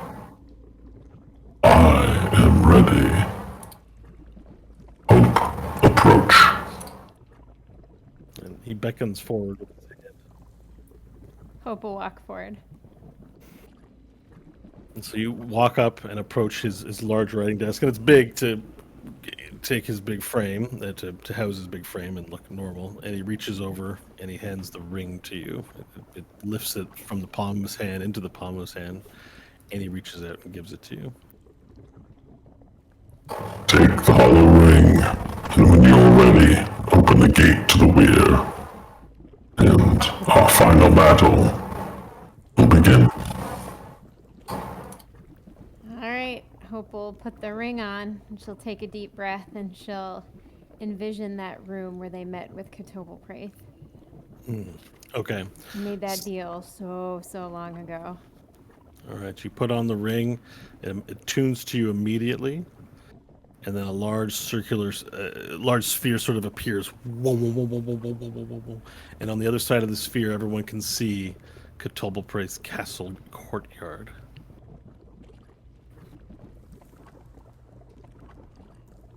Wow. Principal's with us? Oh, you The mean time for trust journey has begun. He gets up. The principal gets up from his writing desk, walks towards the gate, motions for everyone to step in.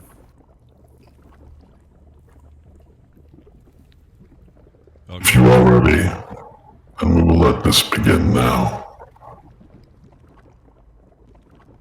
I'll follow him in. Wait, did he step through the gate on his own?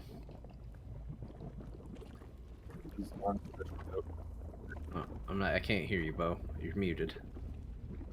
Wait, why am now, I muted? Now you're There, good. you're back. Yeah, you're no, good. sorry. No, he's standing in front of the gate, motioning for you to go okay. through. He hasn't passed through himself yet. Oh, Okay, I just thought he stepped through all by his lonesome, and I was like, well, hold on. Maybe we need to have a discussion about what's happening right now. No. He gets up from his chair and he stands and he motions in to the gate for you to step through. If anything, Hope should probably be the last to step through. Yeah, I think because it closes when she goes through, right? I'll have a look at what the rules are about that, but essentially, you can orient the portal.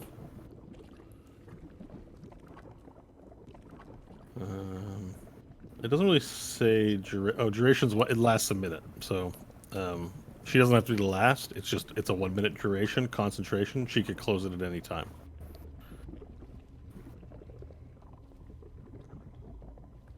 Hope goes through. All right, Hope goes through. You step into the courtyard, and you see the black gray sky above, and you see gray castle wall all around. Courtyard is empty, but for strange lilies and grass all throughout, and a passageway from the front gate to the main manor of the castle itself. The principal, seeing everyone's delaying, also himself walks through after you. He takes a look around and he says, Finally, in the realm of our oppressors, I travel. Stanley will follow through. As he does, I'm going to start activating the Mask of Elton 4 to gain foresight. okay. At the cost of 10 maximum HP. Gotcha. Oh, so the Hero's Feast kind of counteracts your cost of that spell. It does. I'm still up 6. A real win. Nice. All right. So Stanley steps through as well. Varel and Nash are the only two lingering behind. Yep, I enter. Yeah, I'd enter. Before you enter, Nash, you feel a tug on your shoulder. Oh. Is it old lady McGee? Yeah, you turn around and Nana Truffle is there, and she says, "My son, I wrapped some chicken for you in case you need it later." And there's a tin foil of chicken, like a hot steamy chicken for you in a tin foil. That's awesome. I'll take that. Thank you, Nana. What's her name again? Truffle. Truffle. You Jeez. just call her Nana. Thank you. This is very nice. I will eat this chicken with pride. I'll take it from her. Good luck. And so then you step through the gate. Hope everyone is through the gate, and you're now in the courtyard. All right, she closes the portal.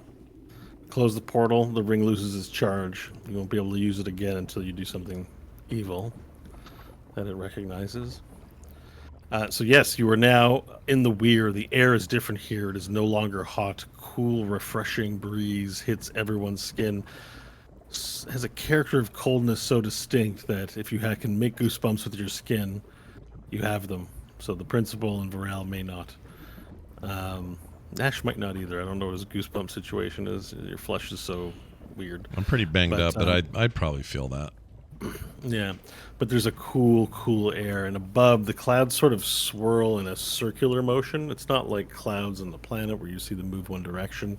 There's a circular cloud, and everything's sort of black on black, but then there's like a light blue outline as if something blue was shining behind the cloud and giving it a silhouette as they move through the sky.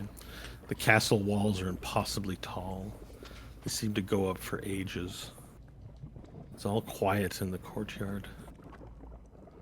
Basically, it's covered completely in grass and in lilies, except for in one direction, there's the front gate, a large, large iron and wood gate. And in the other direction is a stairwell leading into an opening inside the castle.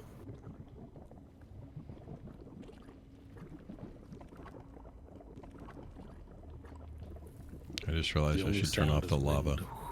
Got a lot of lava going still. Sorry. Yeah, we need scary wind now. Yeah, I can do that. Scary wind. I think.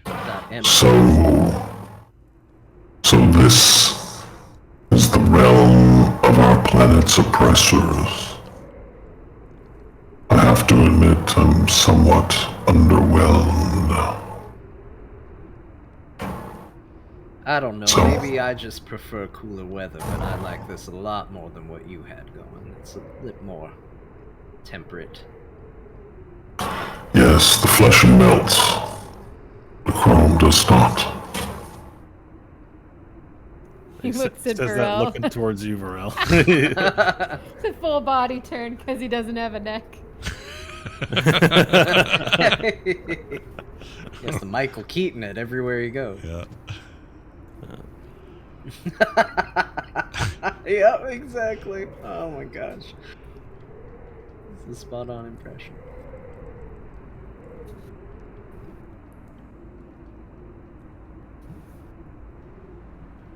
So we're in the throne room, right? Any sign of our Weir masters? We're in the courtyard. Oh, I'm sorry. Yeah, no, it's okay. You're in the courtyard, so no, there's no sign of any activity. Just castle walls, the keep itself proper, the front gate, wind, grass, and lilies, and a path leading one direction or the other. But apart from that, there's no activity here, living or otherwise.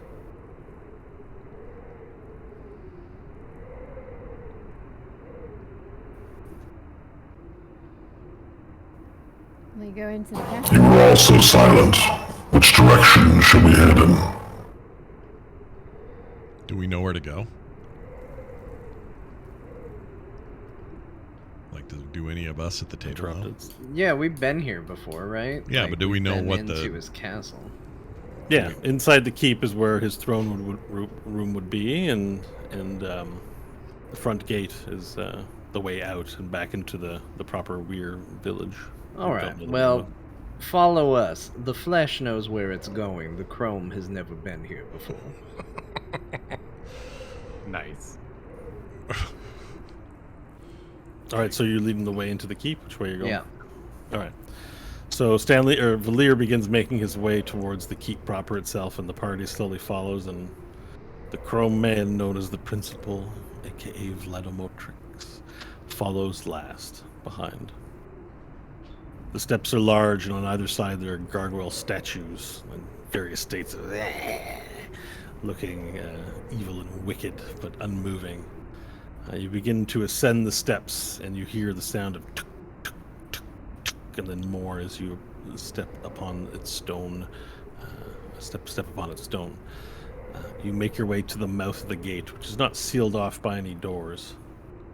And inside you see a large carpet rolled out to the back of a hallwayed keep, and you see a throne. That throne is empty, not presently occupied. There are pews on either side leading up to the throne, and they too are empty. But green torches are lit, casting a blue-green hue over the room. And as you peer in, you think you hear a little just very faintly, a little They laughter. got one of those Halloween witch decorations up.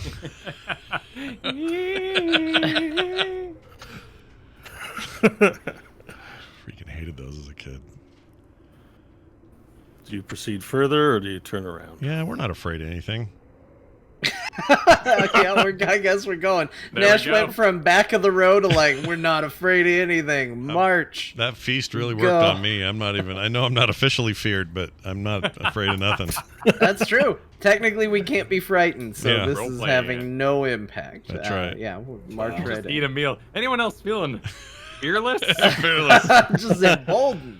Somebody jumps out at you. That didn't do anything. This is great. All carb loaded and ready to rock. All right. So Nash bravely steps forward, and as you walk in the center row between the pews facing the castle throne, you hear the laughter.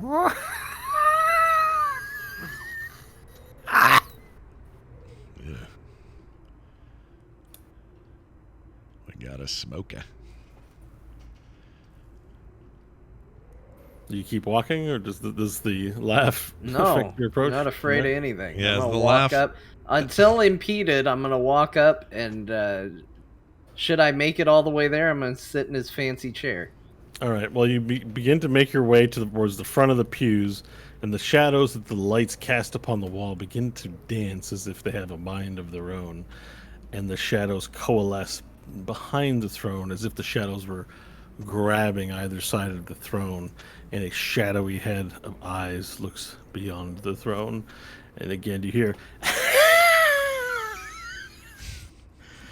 I can't believe my eyes. Oh no.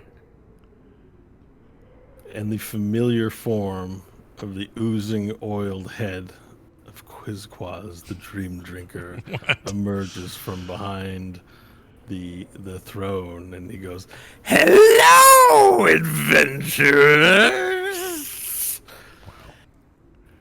It has been a long time since we have last seen each other. Fare you well?"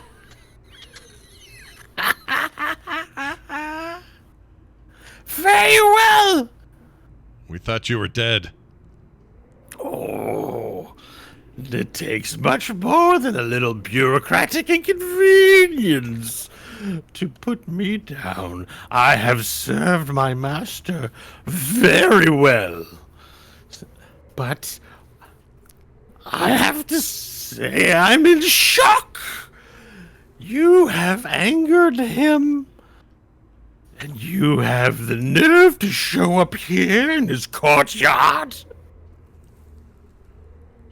Look, Quizquaz, we're not here to talk with underlings. Where is your master? We would see him.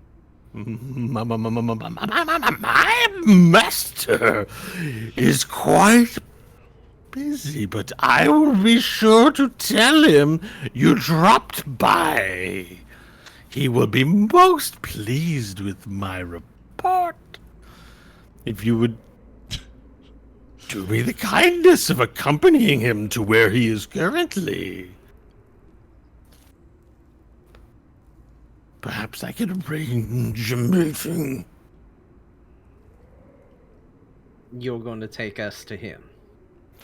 Yes, my master is busy within the Weir courts, litigating his concerns. He will no doubt wish to meet with contract breakers.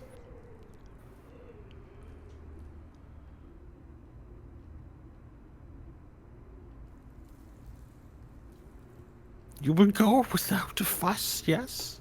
You are in our realm now. Well, if he would like to meet with us, why doesn't he make the time to come see us? And Stanley will What is this meaning of contract breaking? Explain, demon. The heroes of the wastes. And I'm sorry your friend interrupted you, Stanley, but you broke your rules.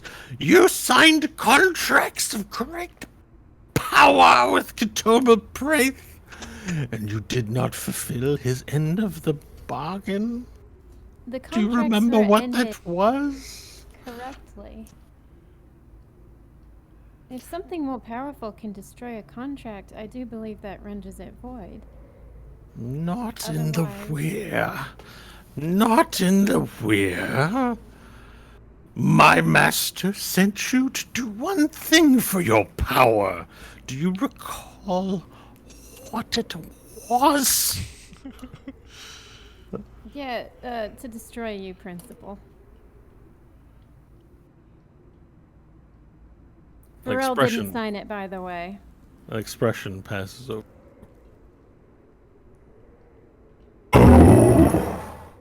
So, I am betrayed.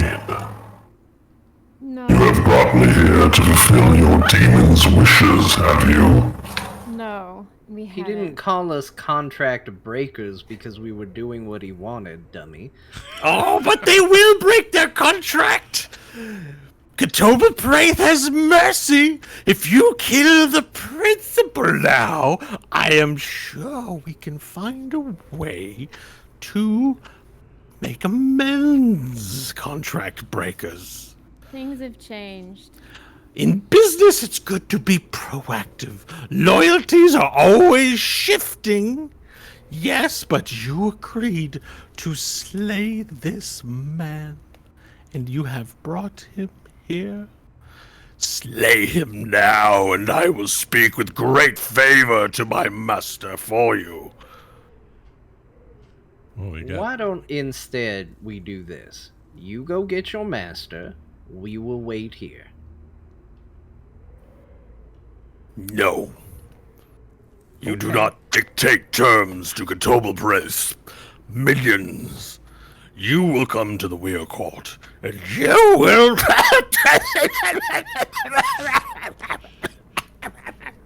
You will speak to my master at the Weir Court. If you will not fulfill your contract now, then you will come with me. And as he says this, hooded figures begin rising out of the ground as the phantasms moving through material. They look like skeletal guards that have glowing blue skeletons underneath like old decrepit things, and they go and some of them have like glowing stockade cuffs, right, like just large iron clamps, and some of them have spears. You will surrender yourselves voluntarily to my forces, or you will all perish. Where's Quaz? I would appreciate being removed from this conversation you're having with the contract breakers. As you will recall in your privy-filled form, I am not a part of that deal, nor did I gain such power or abuse said power. This is true, Varel, and you are welcome to traverse the Weir as a free being. Please engage in our finest of hospitalities and tourist attractions. In fact, we will provide lodging free of charge at the Chateau Weir for you. You, Varel, are special. You are our valued guest, and I humbly apologize for my treatment towards you. Please, you may leave. I don't think that came out the way he wanted it to come out. You know what I think, Quizquaz? Just a subtle observation here. If you had the means with which to fell us, and Stanley will approach the throne as he says this, then why would you be insistent that we be the ones to slay this guy? Why not just do it yourselves? You wouldn't have to worry about it. You know what I think? I think you're worried about your own neck and your own life. So I'll tell you what. You go to your boss, you tell him that everybody he wants to talk to is right here, and we'll just make ourselves at home, and Stanley will flop back into the throne, turning his back on Quizquaz. You dareth! No, that is not permitted! Remove yourself from this chair immediately! You've made him lose his mind by plopping into his lord's chair. Stanley sits in the chair, Captain Kirk style, off on one side, really This leaning is into it. desecration of decorum amongst the Weir. You cannot do this! He's freaking out right now, and he's lost all capacity for rational thought.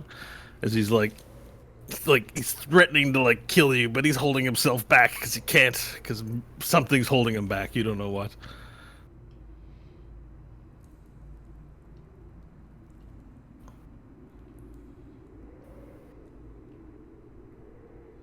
Finally, he tires after some time of doing this. Katoba breathe shall hear of your desecration. I hope so. That's in fact what I'm asking you to do. But either one way or another, you will go to the weird courts and answer for your indiscretions.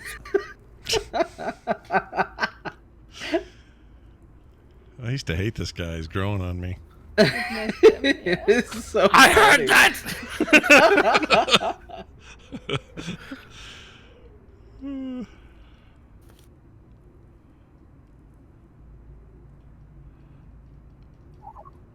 This place should be razed to the ground immediately. Well, that would defeat the purpose of the discussion that we're hoping to have at the beginning. See, I find that typically in negotiations I'm a little more affable if people haven't burned my home to the ground right before we begin having a dialogue. This is no home, Valir. This is cancer itself made into a world. It needs a cure. But Quizquaz, hearing that, begins to slink back into shadow, and the skeletal guard remains there.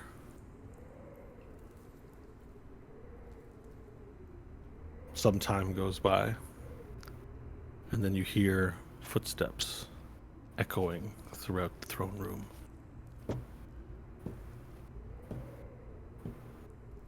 Tell me you hear that. Yeah. Yeah. Oh, yeah. Yeah.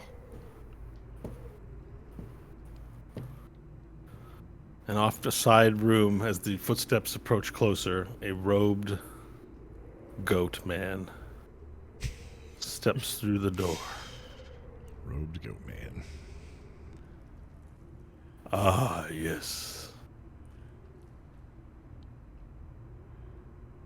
I must admit it's some great surprise to see the heroes of the wastes grace my hall once again. Quizquaz has informed me of your arrival. Speak and tell me your business here. And you, remove yourself from my chair. Very slowly, very deliberately, Stanley kind of straightens up, shifts a little, kind of dusts off the handrest, and stands up and goes to stand back by his friends. All right, as you do that, he ascends the chair and sits in his throne. And he looks down upon all of you. You are here for negotiation. Did you put a baby in our planet? Get Has right to Stanley not told you? Our world breaker has, yes, been seeded into the fertile soil of your earth. It will turn the material of your planet into a gateway through which we will finally return home.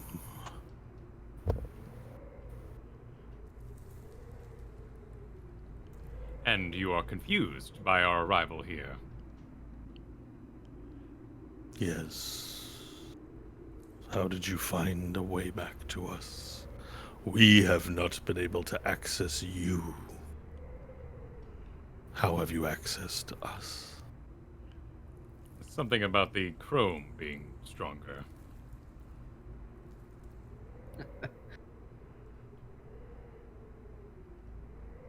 I do not understand. I have given you great power, and I had but one simple task of you, and you have brought the target of my contract here, Principal.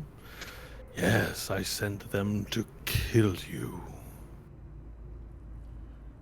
But that you're here means that they have failed. And so what is this purpose? I will not do your work for you. If you wish to re-ingratiate yourselves in honor of my contract, you may terminate him now. Otherwise, I have no further business to discuss with any of you. In fact, as rule breakers, you are under arrest for crimes against the Weir. Gotta say, that's a bit of a surprise. I wouldn't have expected demons, of all people, to find strong litigation standards, but regardless, here we are. I mean, I would think it was your contract, Praith. If we are, in fact, breakers, shouldn't there be a harsh penalty enacting itself right now? I think you'll find that we got out of your little contract by fair means. Oh. Otherwise, you could hold us to it. You think you are so clever. If you were so clever, you would never have returned here. I have you now. The Weir Court will decide your fate as is appropriate for our kind. Your soul will belong to me by the day's end. Question. Now that the seed's in the planet, can you take it out? I can do many things, but I will not do that. We will But not could you?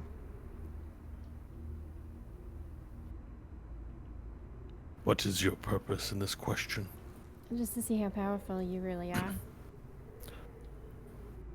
Have you not seen my power enacted before? Do you need an example? That didn't answer my question. Yeah, I don't think he could take it out. He seems to be dodging around it. Okay, so you're trying to goad him into, like this is a needle, right? I guess. It wasn't the You guys are being both dodgy. needling. Like, I just want to see how Yeah. powerful you are. Oh, I guess you're not that Hope powerful because you guys Guess all he- talk. Couldn't even take a So let's seed do, out of the let's- planet. No, Hope is trying to get the answer so Yeah. that maybe if they beat him up enough, they can threaten him and he'd take it So out. let's use a roll to resolve this. That's why I was just trying to establish what the overall goal of the line of questioning was, because I think we should do. And Stanley's been joining in, so let's get a with advantage roll on Can we each get a intimidation. roll? Make it a deception roll, since you're trying to get him to reveal something that he wouldn't normally reveal. Well, one of you can roll with advantage, or you can do separate no advantage rolls. Are they wisdom do- rolls? I'll do a separate roll because I get advantage anyway. Varel will hold Nash back from joining this. 15 is her first roll. I want to do a wisdom roll. I never get. I never- Varel puts his mouth. So you're gonna try and clamp his mouth shut, basically, or hold him back?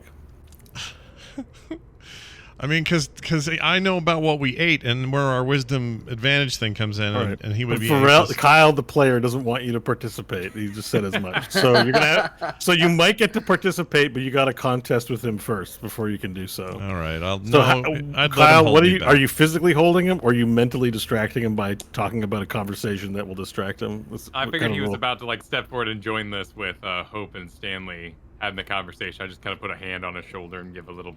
Okay, just more of a friendly thing. All right, so there's a warning hand on your shoulder, so you have the option to stop and listen to the counsel of your friend Varel, or you can proceed and participate and screw him. No, I would. It would matter to me that Varel You don't like wanted people Me. telling you what to do. I don't, but I trust Varel specifically. If Stanley did this, I'd fight him on it. I don't. I don't know. I mind. think it's a little mean. I think you should speak your mind. You've come all this way. No, I'm fine. I'm good. All right, all right. I'm It's not I- mean, but I'm just trying to goad you into participating. No, I think know. it'd be I'm, hilarious. I'm getting needled that direction. Yeah, you should My help. deception roll was a 32. Jeez. I'm sorry. Did dice go that high? Just kidding. I have a plus 15 modifier to deception. Hope's participating, so what's your roll, Hope? The highest, Hope got 15. That was her first roll. So cutting the advantage out, she got a All right. 15.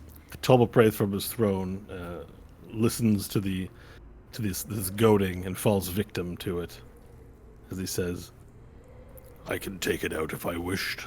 Ew. I can do many things." Gross. That's all Hope needed to know, so she'll kind of. But only if this one, this principal, this self-prophesized Messiah, only if he would stop with his interference of our connection to our home. Principal, is that true? Are you interfering with their connection to their home? Most certainly I am. They are a cancer upon our planet, and I will not rest until they are eradicated.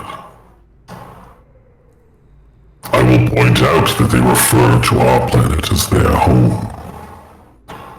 I know why they do that. Did Do you know why they do that? Well, I would venture a guess because they believe they own some part of it. Oh, no. Before the scorching of the wastes, our planet was a technological utopia. And we, brought the tieflings here and used them as labor and pets. And we knew of the weir because they appeared the moments following the loss of a great ship into the unknown.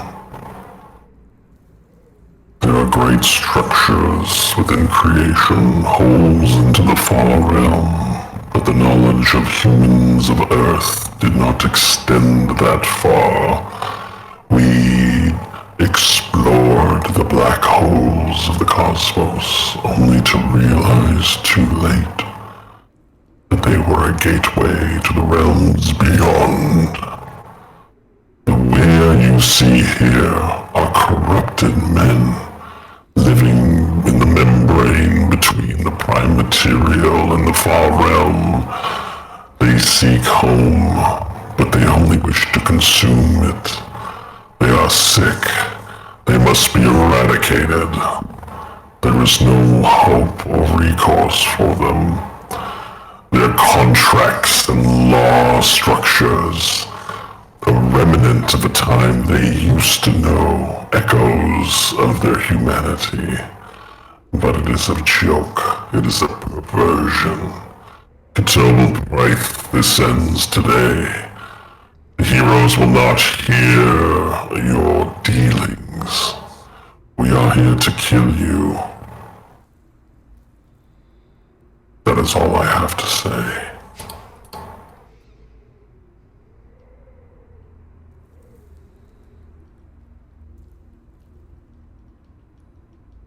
What I'm hearing is that you feel very strongly about your cause. And I will circle back on the irony of they have lost their humanity, Metal Man. Don't think that that hasn't escaped me. However, I still think that right now we are standing in the middle of two extremes. This one wants to destroy the entire planet with a weird seed that it put in it. Strange. Probably not good. You are ready to chrome the entire universe to prevent them from doing that.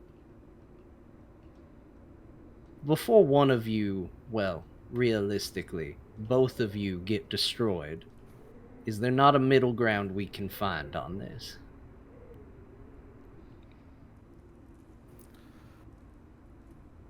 Young Stanley, says TWBD, you know that I am the soul broker, and that I am always amenable to a trade.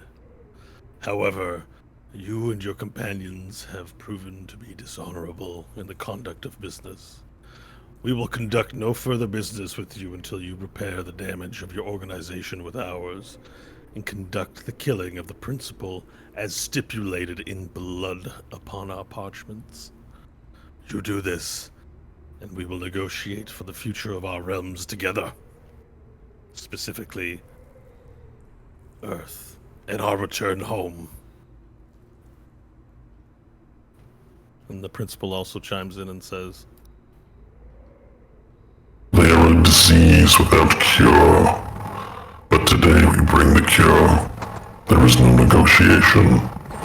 We raise this realm into oblivion.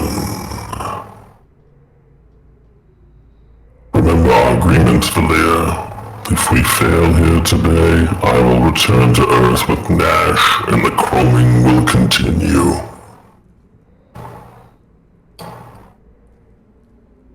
I mean, yes, I remember the deal, but as established, we're not very good at keeping to them. So, let's all just let's call it what it is. We're going to do whatever we want ultimately at the end of things, one way or another.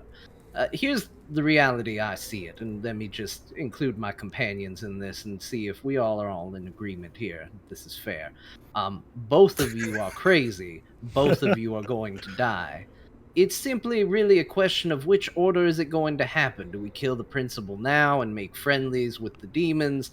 That doesn't seem very good. They seem like they can't be trusted. These deals don't go bad, and you have to go through a whole campaign of things just to get out of them.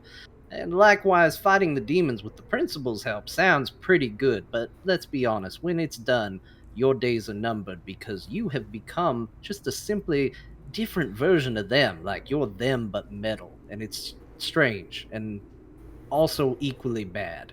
So, all we're trying to decide here, really what this whole conversation is ultimately about, is do we kill you first or do we kill you first? And who's going to help us do it when we decide? So, I think maybe we reframe it. Pitch to us which one of you wants to die first. Wait, second.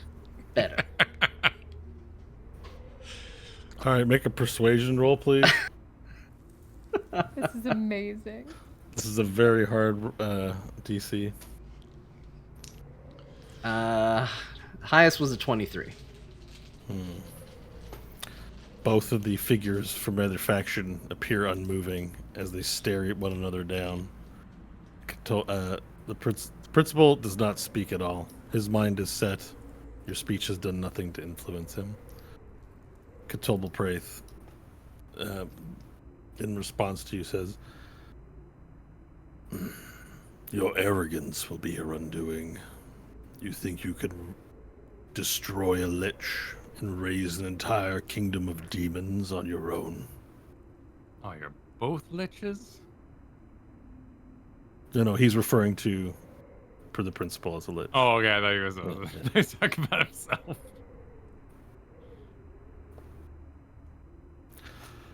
Make your choice, heroes of the way. Or no, it's not going to be him. Quizquaz then sort of appears right in the shadow and he says, "Oh, what an interesting predicament, our heroes. Mortals in constitution struggle with their inner ethics. They wish to just simply kill everyone, but who will they kill first? Will they kill their mortal but metal friend, or will they face their deaths at the hands of the weird demons? Who knows?" Can't believe it. It's been in front of me this whole time, and I couldn't see it. Maybe I just wasn't in the right headspace until I spoke to Varel in just this moment, but here in the weir before my two greatest enemies, I finally realized the truth. Nash, why didn't I say it sooner? You're a son of a lich. The comment was there all along, unsaid, unnoted. Yeah. And finally, at long last, it can be said. A dirty, dirty son of a lich. I'm sorry. I feel my brain caught on to that when you said it, and I didn't hear any of the rest. Gang, are we in agreement here? We came here to fight Catobal Praith. Is it time to let this lemon tree blossom in the realm of the weir, or are we going to talk about it more? Yeah, I mean, as long as we could, possibly force him to take the egg out of the planet, too. That'd be great. I'm ready for what we came here for.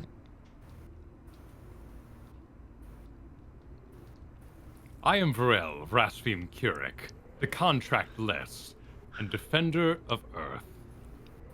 If you wish to have dealings with me, then, I wish only to protect those that live peaceful and true lives, free of the constructs you have both become, lost to your own machinations.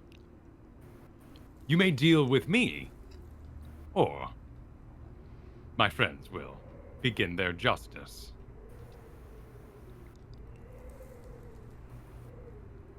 However, my terms are rather simple.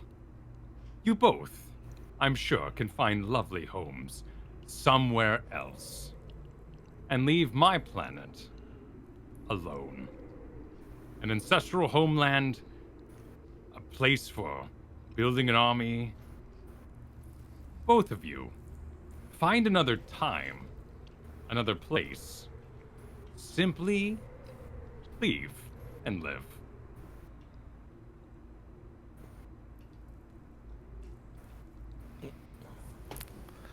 Valir, everyone's had their speech. Do you want to bring it home?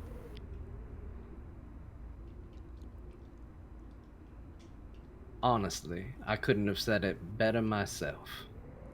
That was Varel Rasvim Kurik, a lizard folk looked down upon by most of you, who has stood as a beacon to this party, uncorrupted, unwilling to trade power just for convenience. He's a testament to what our people can be when we ignore assholes like you. He may not be the flesh that you seem to fear, but he's close enough.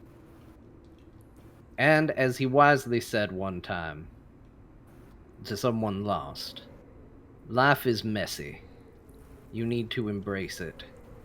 It's not about turning everything chrome, and it's certainly not about wreaking havoc on what exists that you've lost. This is your chance to step away and make your new homes. But the line is drawn. And if you step up to us, we will end you.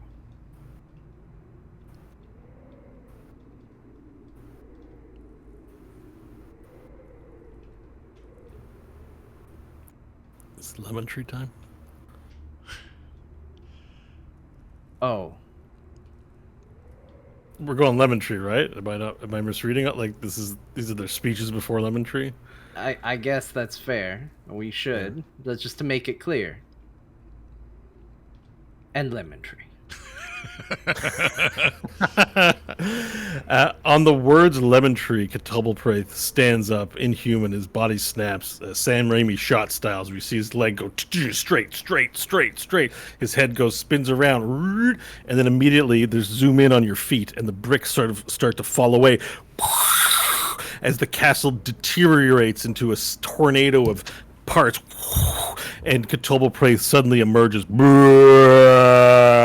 and he becomes as tall as 50,000 skyscrapers stacked together as he goes, "You have made a great mistake!" And all the skeletons and all the other creatures go flying around you guys in a giant tornado. And you stare before him, and he brings up his hands, and lightning begins shocking all of you as you're now in a tornado of piss in the weir. And I think we leave it there until next week. Boy. When whatever is about to happen happens. Wow. That's intense. Nice. But, we're leaving it there. You're in a tornado of piss being zapped lightning by a 15 skyscraper tall goat god. I hope that the principal brought some freaking power with him. That's what I hope. I hope he's not a puss. Yeah. If he turns out to be just a big puss after all this, then we're screwed. Oh shit, I left it at home. I guess the apple doesn't fall far from the tree. I forget what level of spell the lightning resistance spell is. Sorry, Nash. I know I look intimidating, but we're kind of the same guy. After the party's all dead, he's like, "Oh, I forgot. I'm resistant to lightning and fear effects. My bad, guys." Yeah, sorry, everyone. What have I done? No, he's out there too. He's stuck in the mess with you guys too. Well, and next week there will be god fights. Good Lord. That's next week, everybody. So come back for that. In the meantime, if you'd like to support your favorite D&D show, you can do that over at therewillbedungeons.com.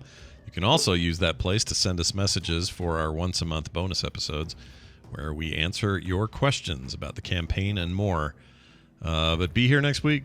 You're not going to want to miss this. That's going to do it for me, for Kyle, for Kristen, for Bo, and for John. We'll see you next time.